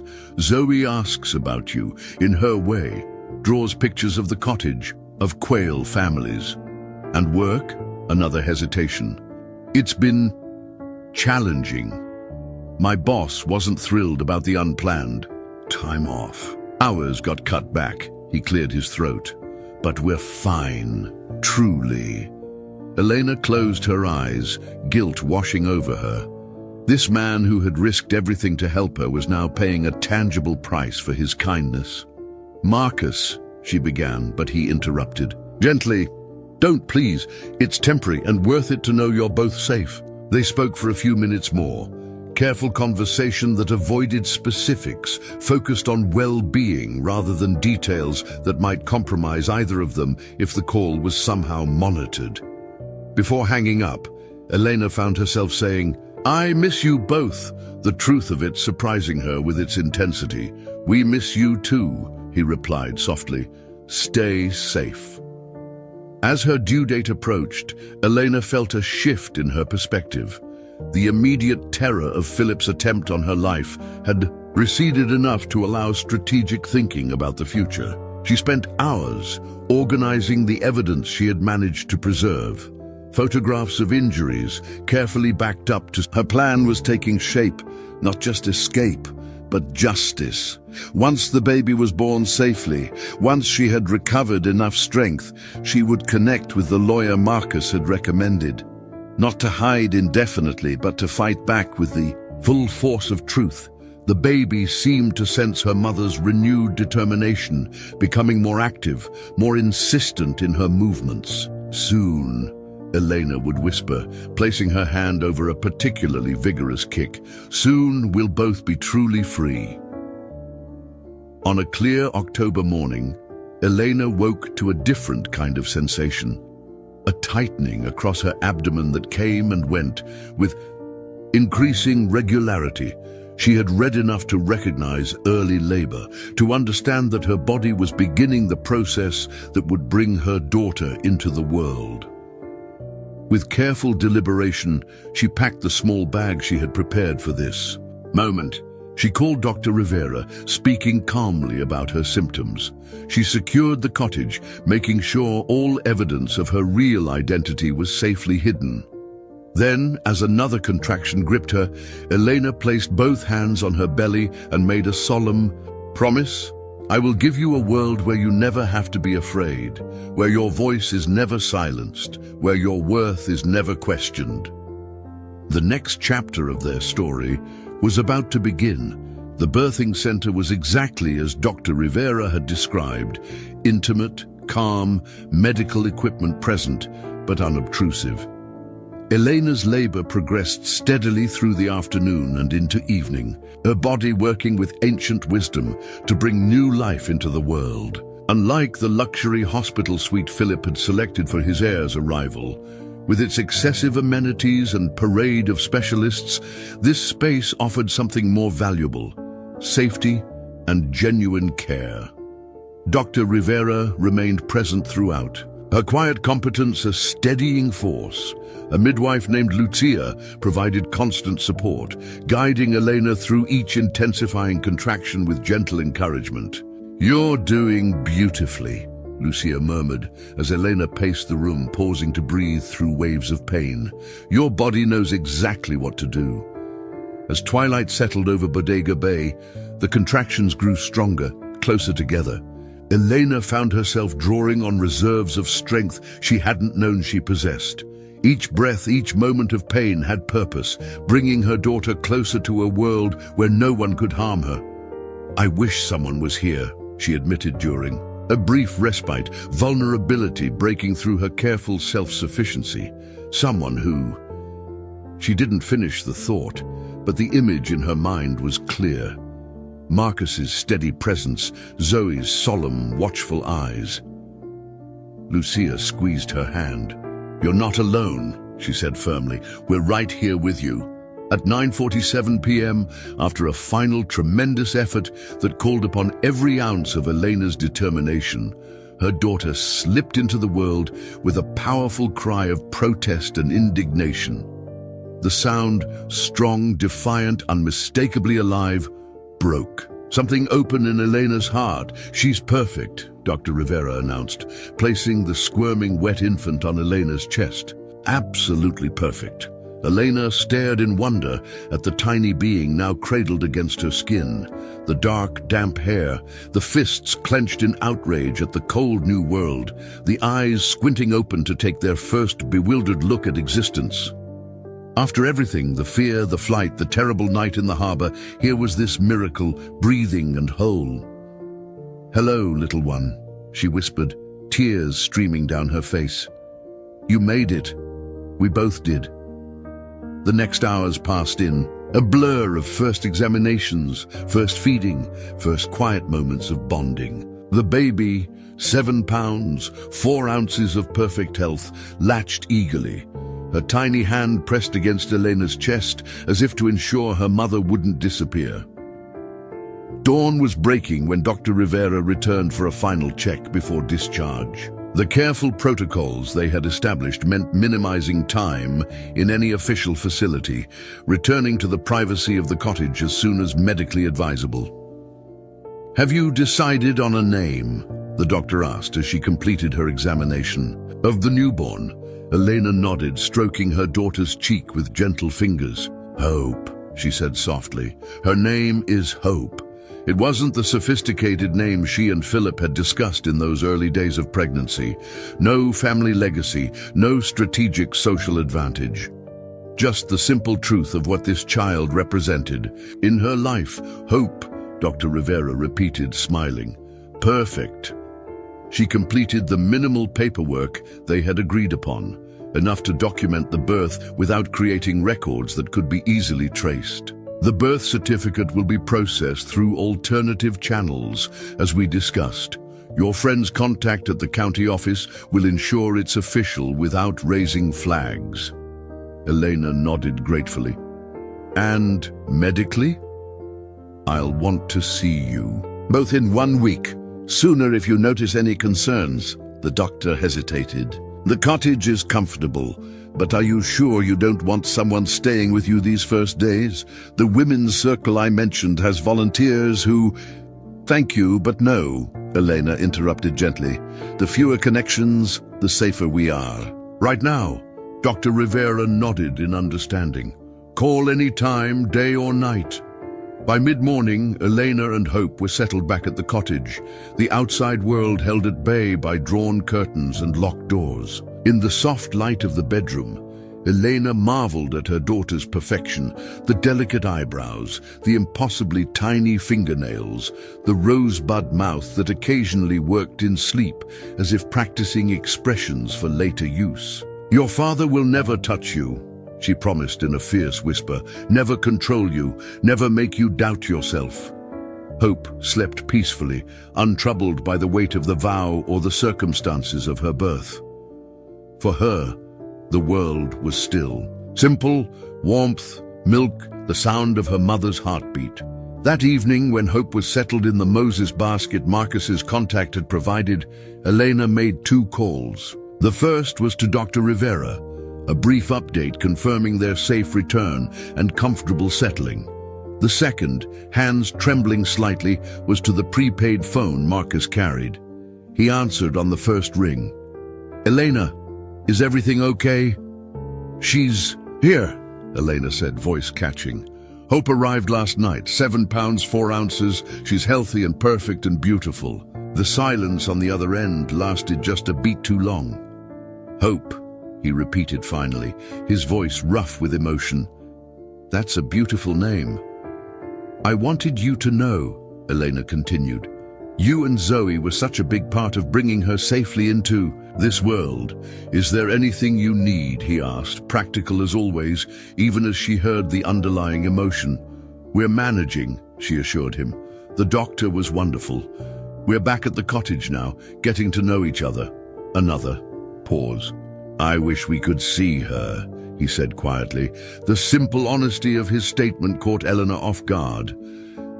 "I wish that too," she admitted. "More than I expected." They talked a few minutes longer, careful conversation that shared joy while acknowledging the reality of their separation. Before they disconnected, Marcus said, "Tell Hope that her friends from the south send their love, and that there's a new drawing of a seahorse waiting for her wall." The days that followed established new rhythms, dictated by Hope's needs, feeding, changing, brief periods of alert curiosity, followed by deep newborn sleep. Elena marveled at how completely this tiny being commanded her world, how the universe had narrowed to the cottage walls, yet somehow expanded to contain infinite new emotions. Nights were the hardest. While Hope slept in her basket beside the bed, Elena found herself listening to every sound, startling at creaks in the old cottage's frame, imagining dangers lurking beyond the windows. Not just the specific threat of Philip, but the generalized vulnerability of new motherhood, the sudden, overwhelming responsibility for a life entirely dependent on her protection.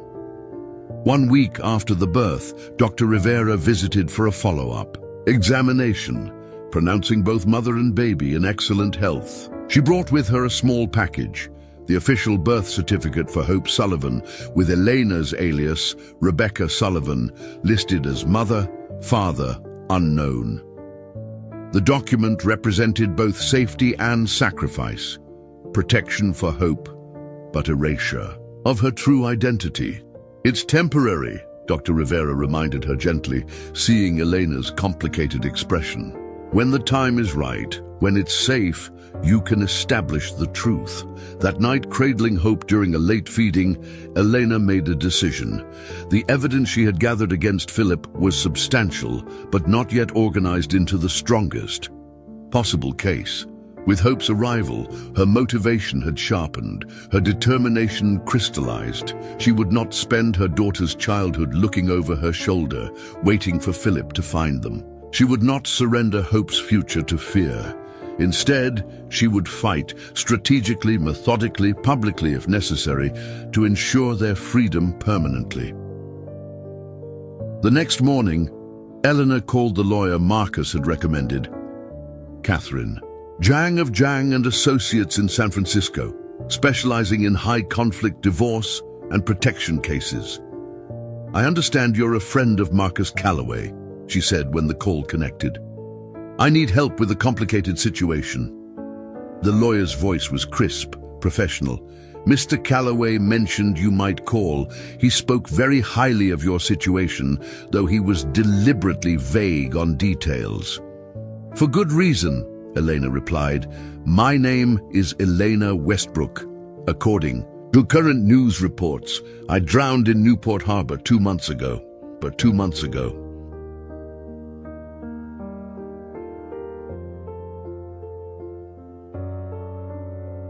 There was a moment of startled silence before the lawyer's training reasserted itself. "I see," she said carefully. "And the person who reported your drowning would be my husband, Philip Westbrook, who pushed me off his yacht after discovering I planned to leave him and expose his abuse." Another pause. "Mrs. Westbrook, these are extremely serious allegations against a very powerful individual. Before we continue, I need to be certain you understand the ramifications of pursuing this matter." Eleanor looked down at Hope, sleeping peacefully in her arms, unaware of the momentous conversation taking place. "I understand completely," she said firmly. "I'm not just fighting for myself anymore. I have evidence. documented abuse, financial crimes, witness statements, and I have a newborn daughter who deserves a life without fear. A daughter? Zhang's voice softened slightly. That changes the legal landscape considerably. Her name is Hope, Elena said, and she's why I can't stay hidden forever. The conversation that followed was detailed, pragmatic, focused on building a case that could withstand the inevitable counterattack from Philip's legal team. Zhang outlined a process that would begin with confidential filings, leverage the existing SEC investigation, and coordinate with domestic violence advocates to ensure maximum protection. This won't be quick, the lawyer cautioned, and it certainly won't be easy. Mr. Westbrook will use every resource at his disposal. I understand, Eleanor replied. I'm prepared for whatever comes next. As she ended the call, Eleanor felt something shift within her, fear giving way to purpose, victimhood transforming into advocacy. The path ahead would be difficult, perhaps dangerous, but for the first time since fleeing Newport, she was moving forward rather than simply hiding. Hope stirred in her arms, tiny fists stretching in a perfect yawn before settling back to sleep. Elena pressed a gentle kiss to her daughter's forehead. The hard part is just beginning, she whispered, but so is everything good. November brought storms to the California coast, fierce winds that bent the pines around the cottage and drove rain against the windows in relentless sheets. Hope thrived despite the tumult, growing stronger daily, her personality emerging. In small, distinct ways, the serious concentration when she nursed, the way her eyes tracked light and movement, her preference for being carried facing outward to observe the world. Elena and Catherine Zhang had established a secure communication system, exchanging information through encrypted channels as they built their case against Philip. The lawyer's initial skepticism had transformed into determined advocacy as she reviewed Elena's evidence. Photos documenting physical abuse, recordings of threats, financial records showing systematic fraud. We're making progress, Zhang reported during their weekly call. The SEC investigation has expanded based on the information you provided. 2 former employees have come forward with corroborating testimony. And security? Elena asked. Her primary concern was always Hope's safety. Still no indication that Westbrook suspects you survived, Zhang assured her. The private investigator he hired to find closure focused on recovery efforts in the harbor, then expanded to nearby coastal areas. No sign they're looking at Northern California. This careful progress brought Elena both relief and increased tension. The case was building, but each step toward justice was also a step toward inevitable confrontation. Some days, watching Hope sleep peacefully in her basket, Elena questioned her decision to fight rather than simply disappear with her daughter into a new identity. But then she would remember Philip's cold calculation as he pushed her overboard, his absolute certainty that his wealth and power placed him above consequences, and her resolve would harden again. On a particularly wild Thursday evening, as rain lashed the cottage and wind howled through the pines, Eleanor was settling Hope after a feeding when she heard an unexpected sound beneath the storm's chaos. Tires on the gravel drive. Her heart raced as she quickly placed Hope in her basket and moved to the window, peering carefully through the edge of the curtain. A familiar SUV was making its way toward the cottage, headlights cutting through the rain. For a moment, Elena couldn't process what she was seeing. It seemed impossible, a hallucination born of loneliness. Then the vehicle stopped, and 2 figures emerged, hunched against the downpour. Marcus, she whispered, disbelieving. Zoe. Elena flung open the door just as they reached the porch, rain blowing sideways into the cottage. "What are you doing here?" she gasped. "Is everything okay?" They hurried inside, dripping on the entryway floor, Marcus looking exhausted, Zoe solemn but with bright, eager eyes scanning the room. "I'm sorry for not calling first," Marcus said, helping Zoe out of her raincoat. "But things happened quickly. We needed to move." His expression was grim despite the warmth in his eyes at seeing her. "What things?" Elena asked, alarm rising. "What happened?" Marcus ran a hand through his wet hair. "Two men came asking questions at the marina. Not police, private. They had photos of you from the night you—" He hesitated. "The night you fell." Asked if anyone remembered disturbances, unusual activity. He met her gaze directly. "They specifically asked about residents with small boats who might have been out late." Elena felt ice form in her veins. "They suspect I survived." "They're exploring the possibility," Marcus confirmed. "So far, it seems routine, covering all bases in an ongoing investigation." But it felt too close. He glanced toward the bedroom, where Hope's basket was visible. "Is that—" Elena's tension momentarily gave way to something warmer. "Yes, that's Hope." She motioned them forward. "Come meet her." Zoe moved first, approaching the sleeping infant with an expression of wonder. She stood perfectly still beside the basket, studying the tiny features with intense concentration. After a long moment, she pulled a folded paper from her pocket and carefully placed it beside Hope. A drawing of a seahorse, more detailed than the first one she'd made. "She remembered," Elena whispered, emotion tightening her throat. Marcus hung back slightly, but his eyes were fixed on the newborn. "She's beautiful," he said softly. "She looks like you." The simple observation, so normal, so ordinary in most circumstances, struck Elena with unexpected force. No one had said those words to her yet. No family had cooed over resemblances or debated inherited features. This moment, that should have been commonplace, was her first experience of shared joy in her daughter's existence. "Thank you," she managed. Then gathering herself, "Now tell me everything. Why are you really here? How long can you stay?" Over mugs of tea at the kitchen table, with the storm raging outside, Marcus explained the developments that had driven them north. Not just the investigators asking questions, but a more immediate concern. Zoe had begun writing notes at school that mentioned Elena and the baby. Her teacher, worried about what appeared to be an imaginary pregnant friend in potential danger, had scheduled a meeting with school counselors. "I couldn't risk it," Marcus said. One well-meaning intervention, one call to family services, asking about Zoe's home situation, and everything unravels. Eleanor understood immediately. For a single father already under scrutiny, already living on the financial edge, such attention could be disastrous. "So you just left?" she asked. Marcus nodded. "Called in sick again. Packed what we could. Used cash for gas." He hesitated. "It's not permanent. Just until we figure out next steps. I can find work anywhere with boats." The implications settled heavily between them. Marcus and Zoe had essentially fled their home, abandoned their fragile stability, potentially sacrificed their future in Newport, all to protect Elena and Hope.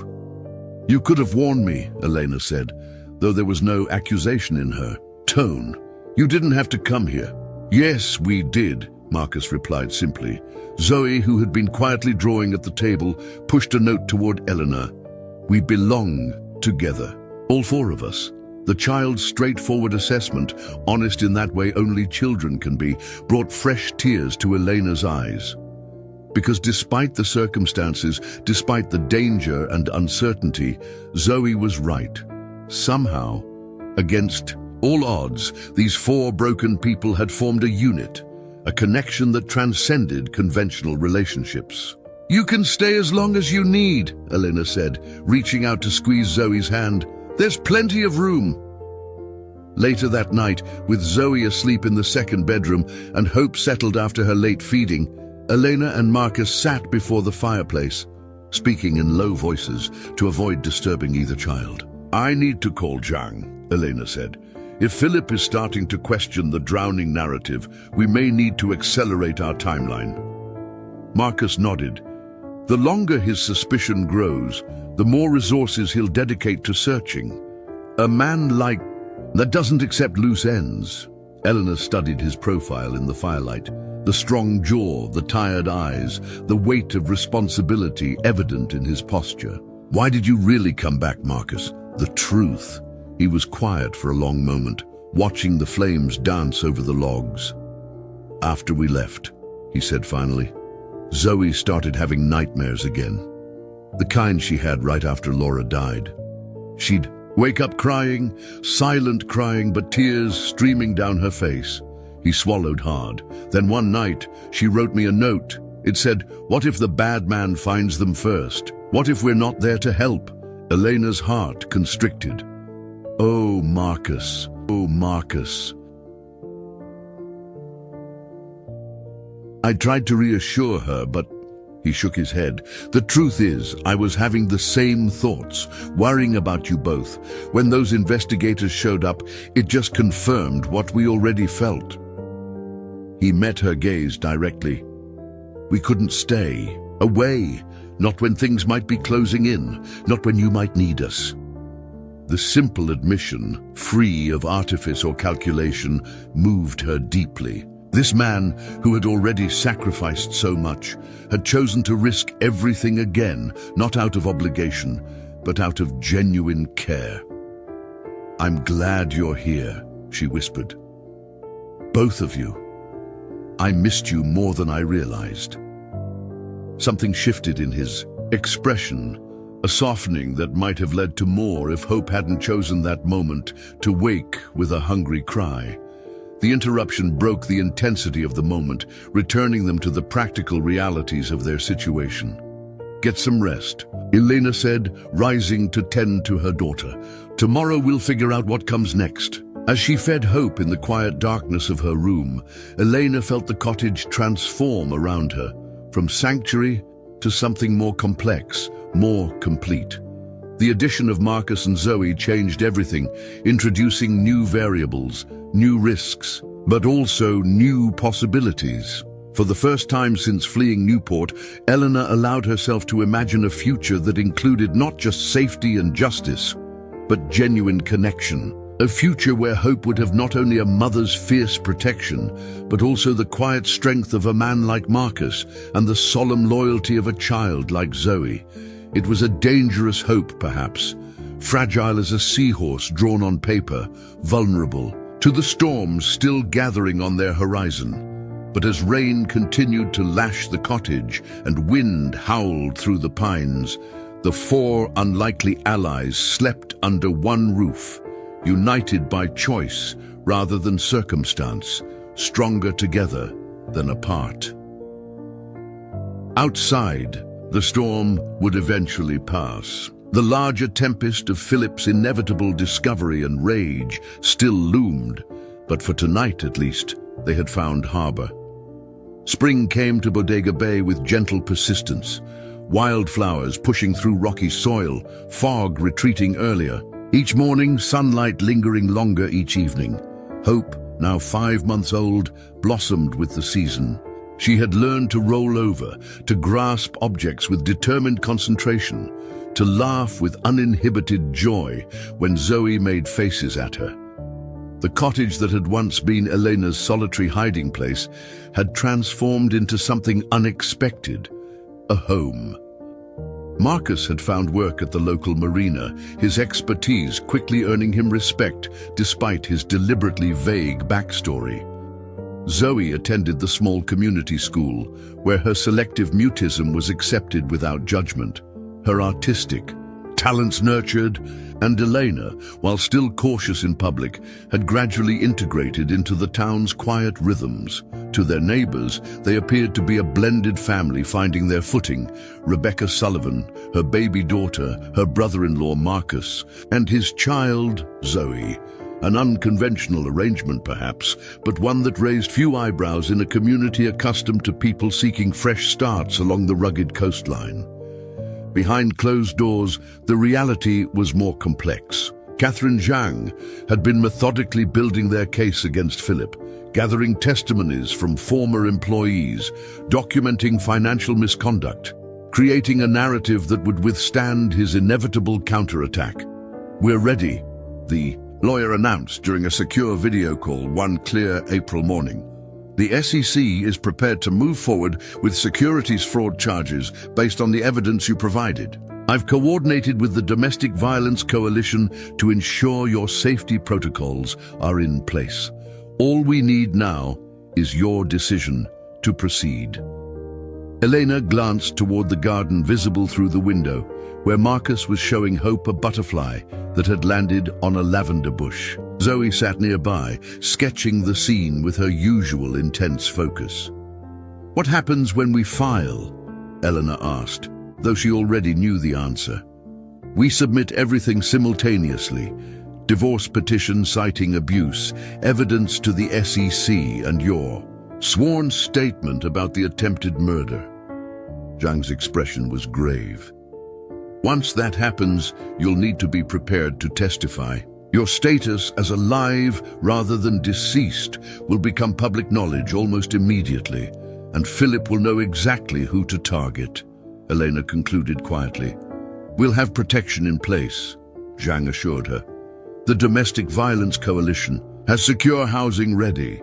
Private security has been arranged through a donor whose daughter experienced similar circumstances." Elena nodded, still watching the scene in the garden. "And after? If we win, if Philip faces consequences, what? Then?" The lawyer's voice softened slightly.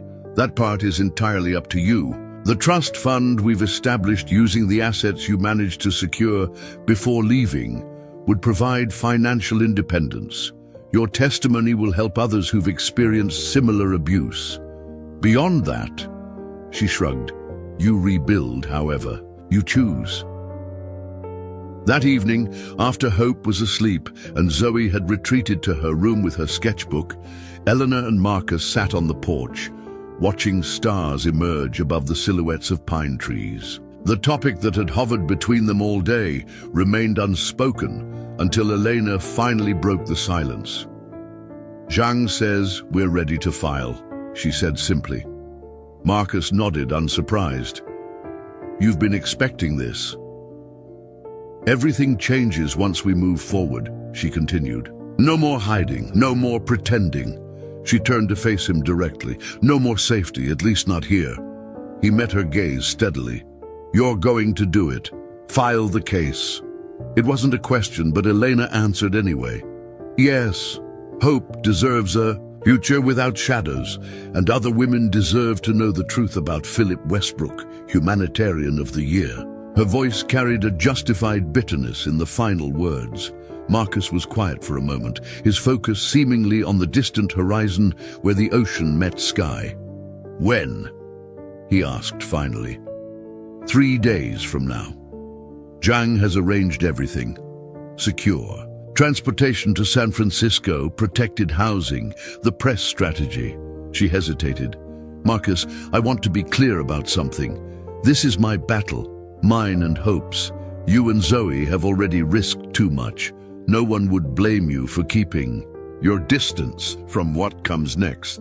The offer hung between them, a release from obligation, a chance to protect Zoe from the media storm and potential danger that would follow Eleanor's resurrection from legal death.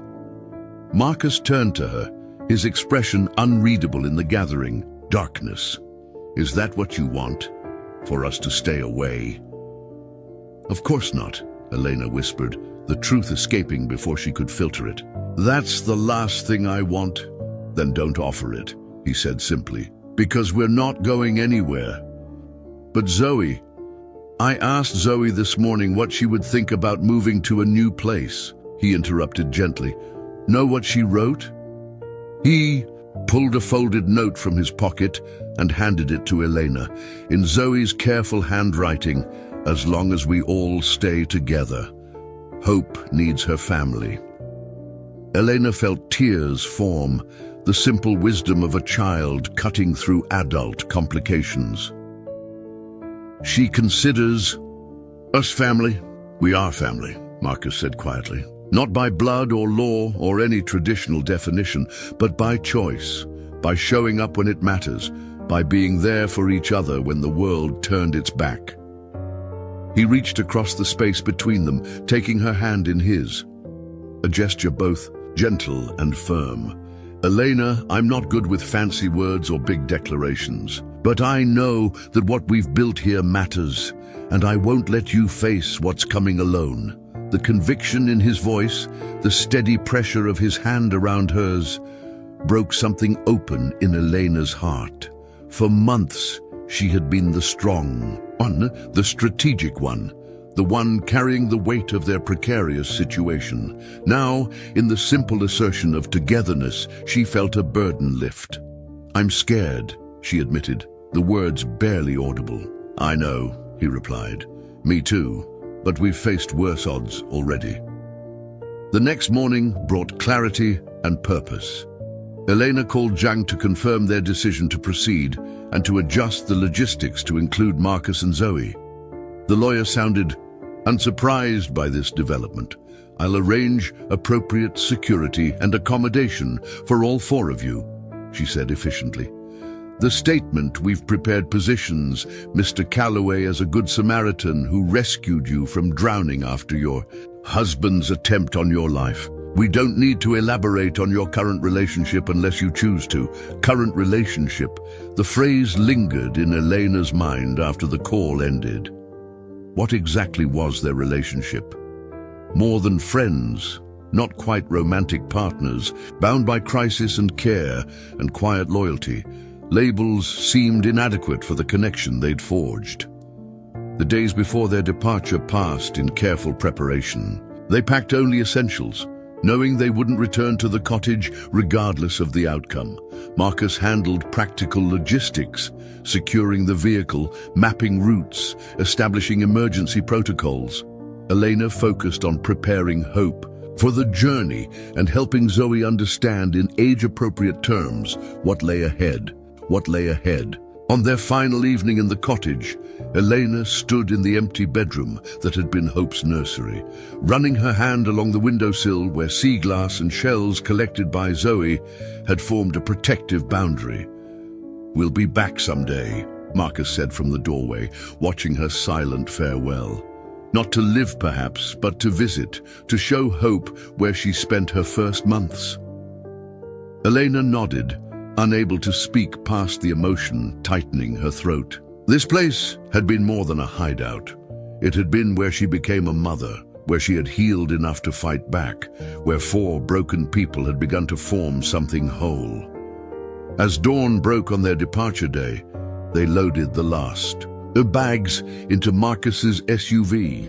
Zoe placed her special stones in a circle around Hope's car seat, a ritual of protection in her silent language. Elena took one final walk through the empty cottage, committing details to memory.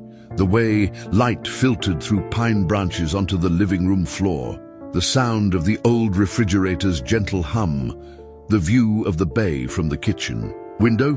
Outside, Marcus waited beside the vehicle, his expression a mixture of determination and tenderness. "Ready?" he asked as she emerged. Elena looked back at the cottage one last time, then at the man who had risked everything to help her, the silent child who had offered friendship without words, and her daughter, peaceful in her car seat, the miracle who had given her the courage to survive. "Ready," she confirmed. As they drove away from Bodega Bay, following the coastal highway south toward San Francisco and the confrontation that awaited, Eleanor felt not just fear, but a profound sense of rightness. The journey ahead would be difficult, perhaps dangerous, but they faced it together, not as victims fleeing in terror, but as a family moving purposefully toward justice. The morning sun rose higher, illuminating the road before them. Whatever happened next, they had already won the most important battle. They had created something beautiful from the wreckage of their broken pasts, something worth fighting for, something that felt remarkably like home. Up next, you've got two more standout stories right on your screen. If this one hit the mark, you won't want to pass these up. Just click and check them out. And don't forget to subscribe and turn on the notification bell so you don't miss any upload from us.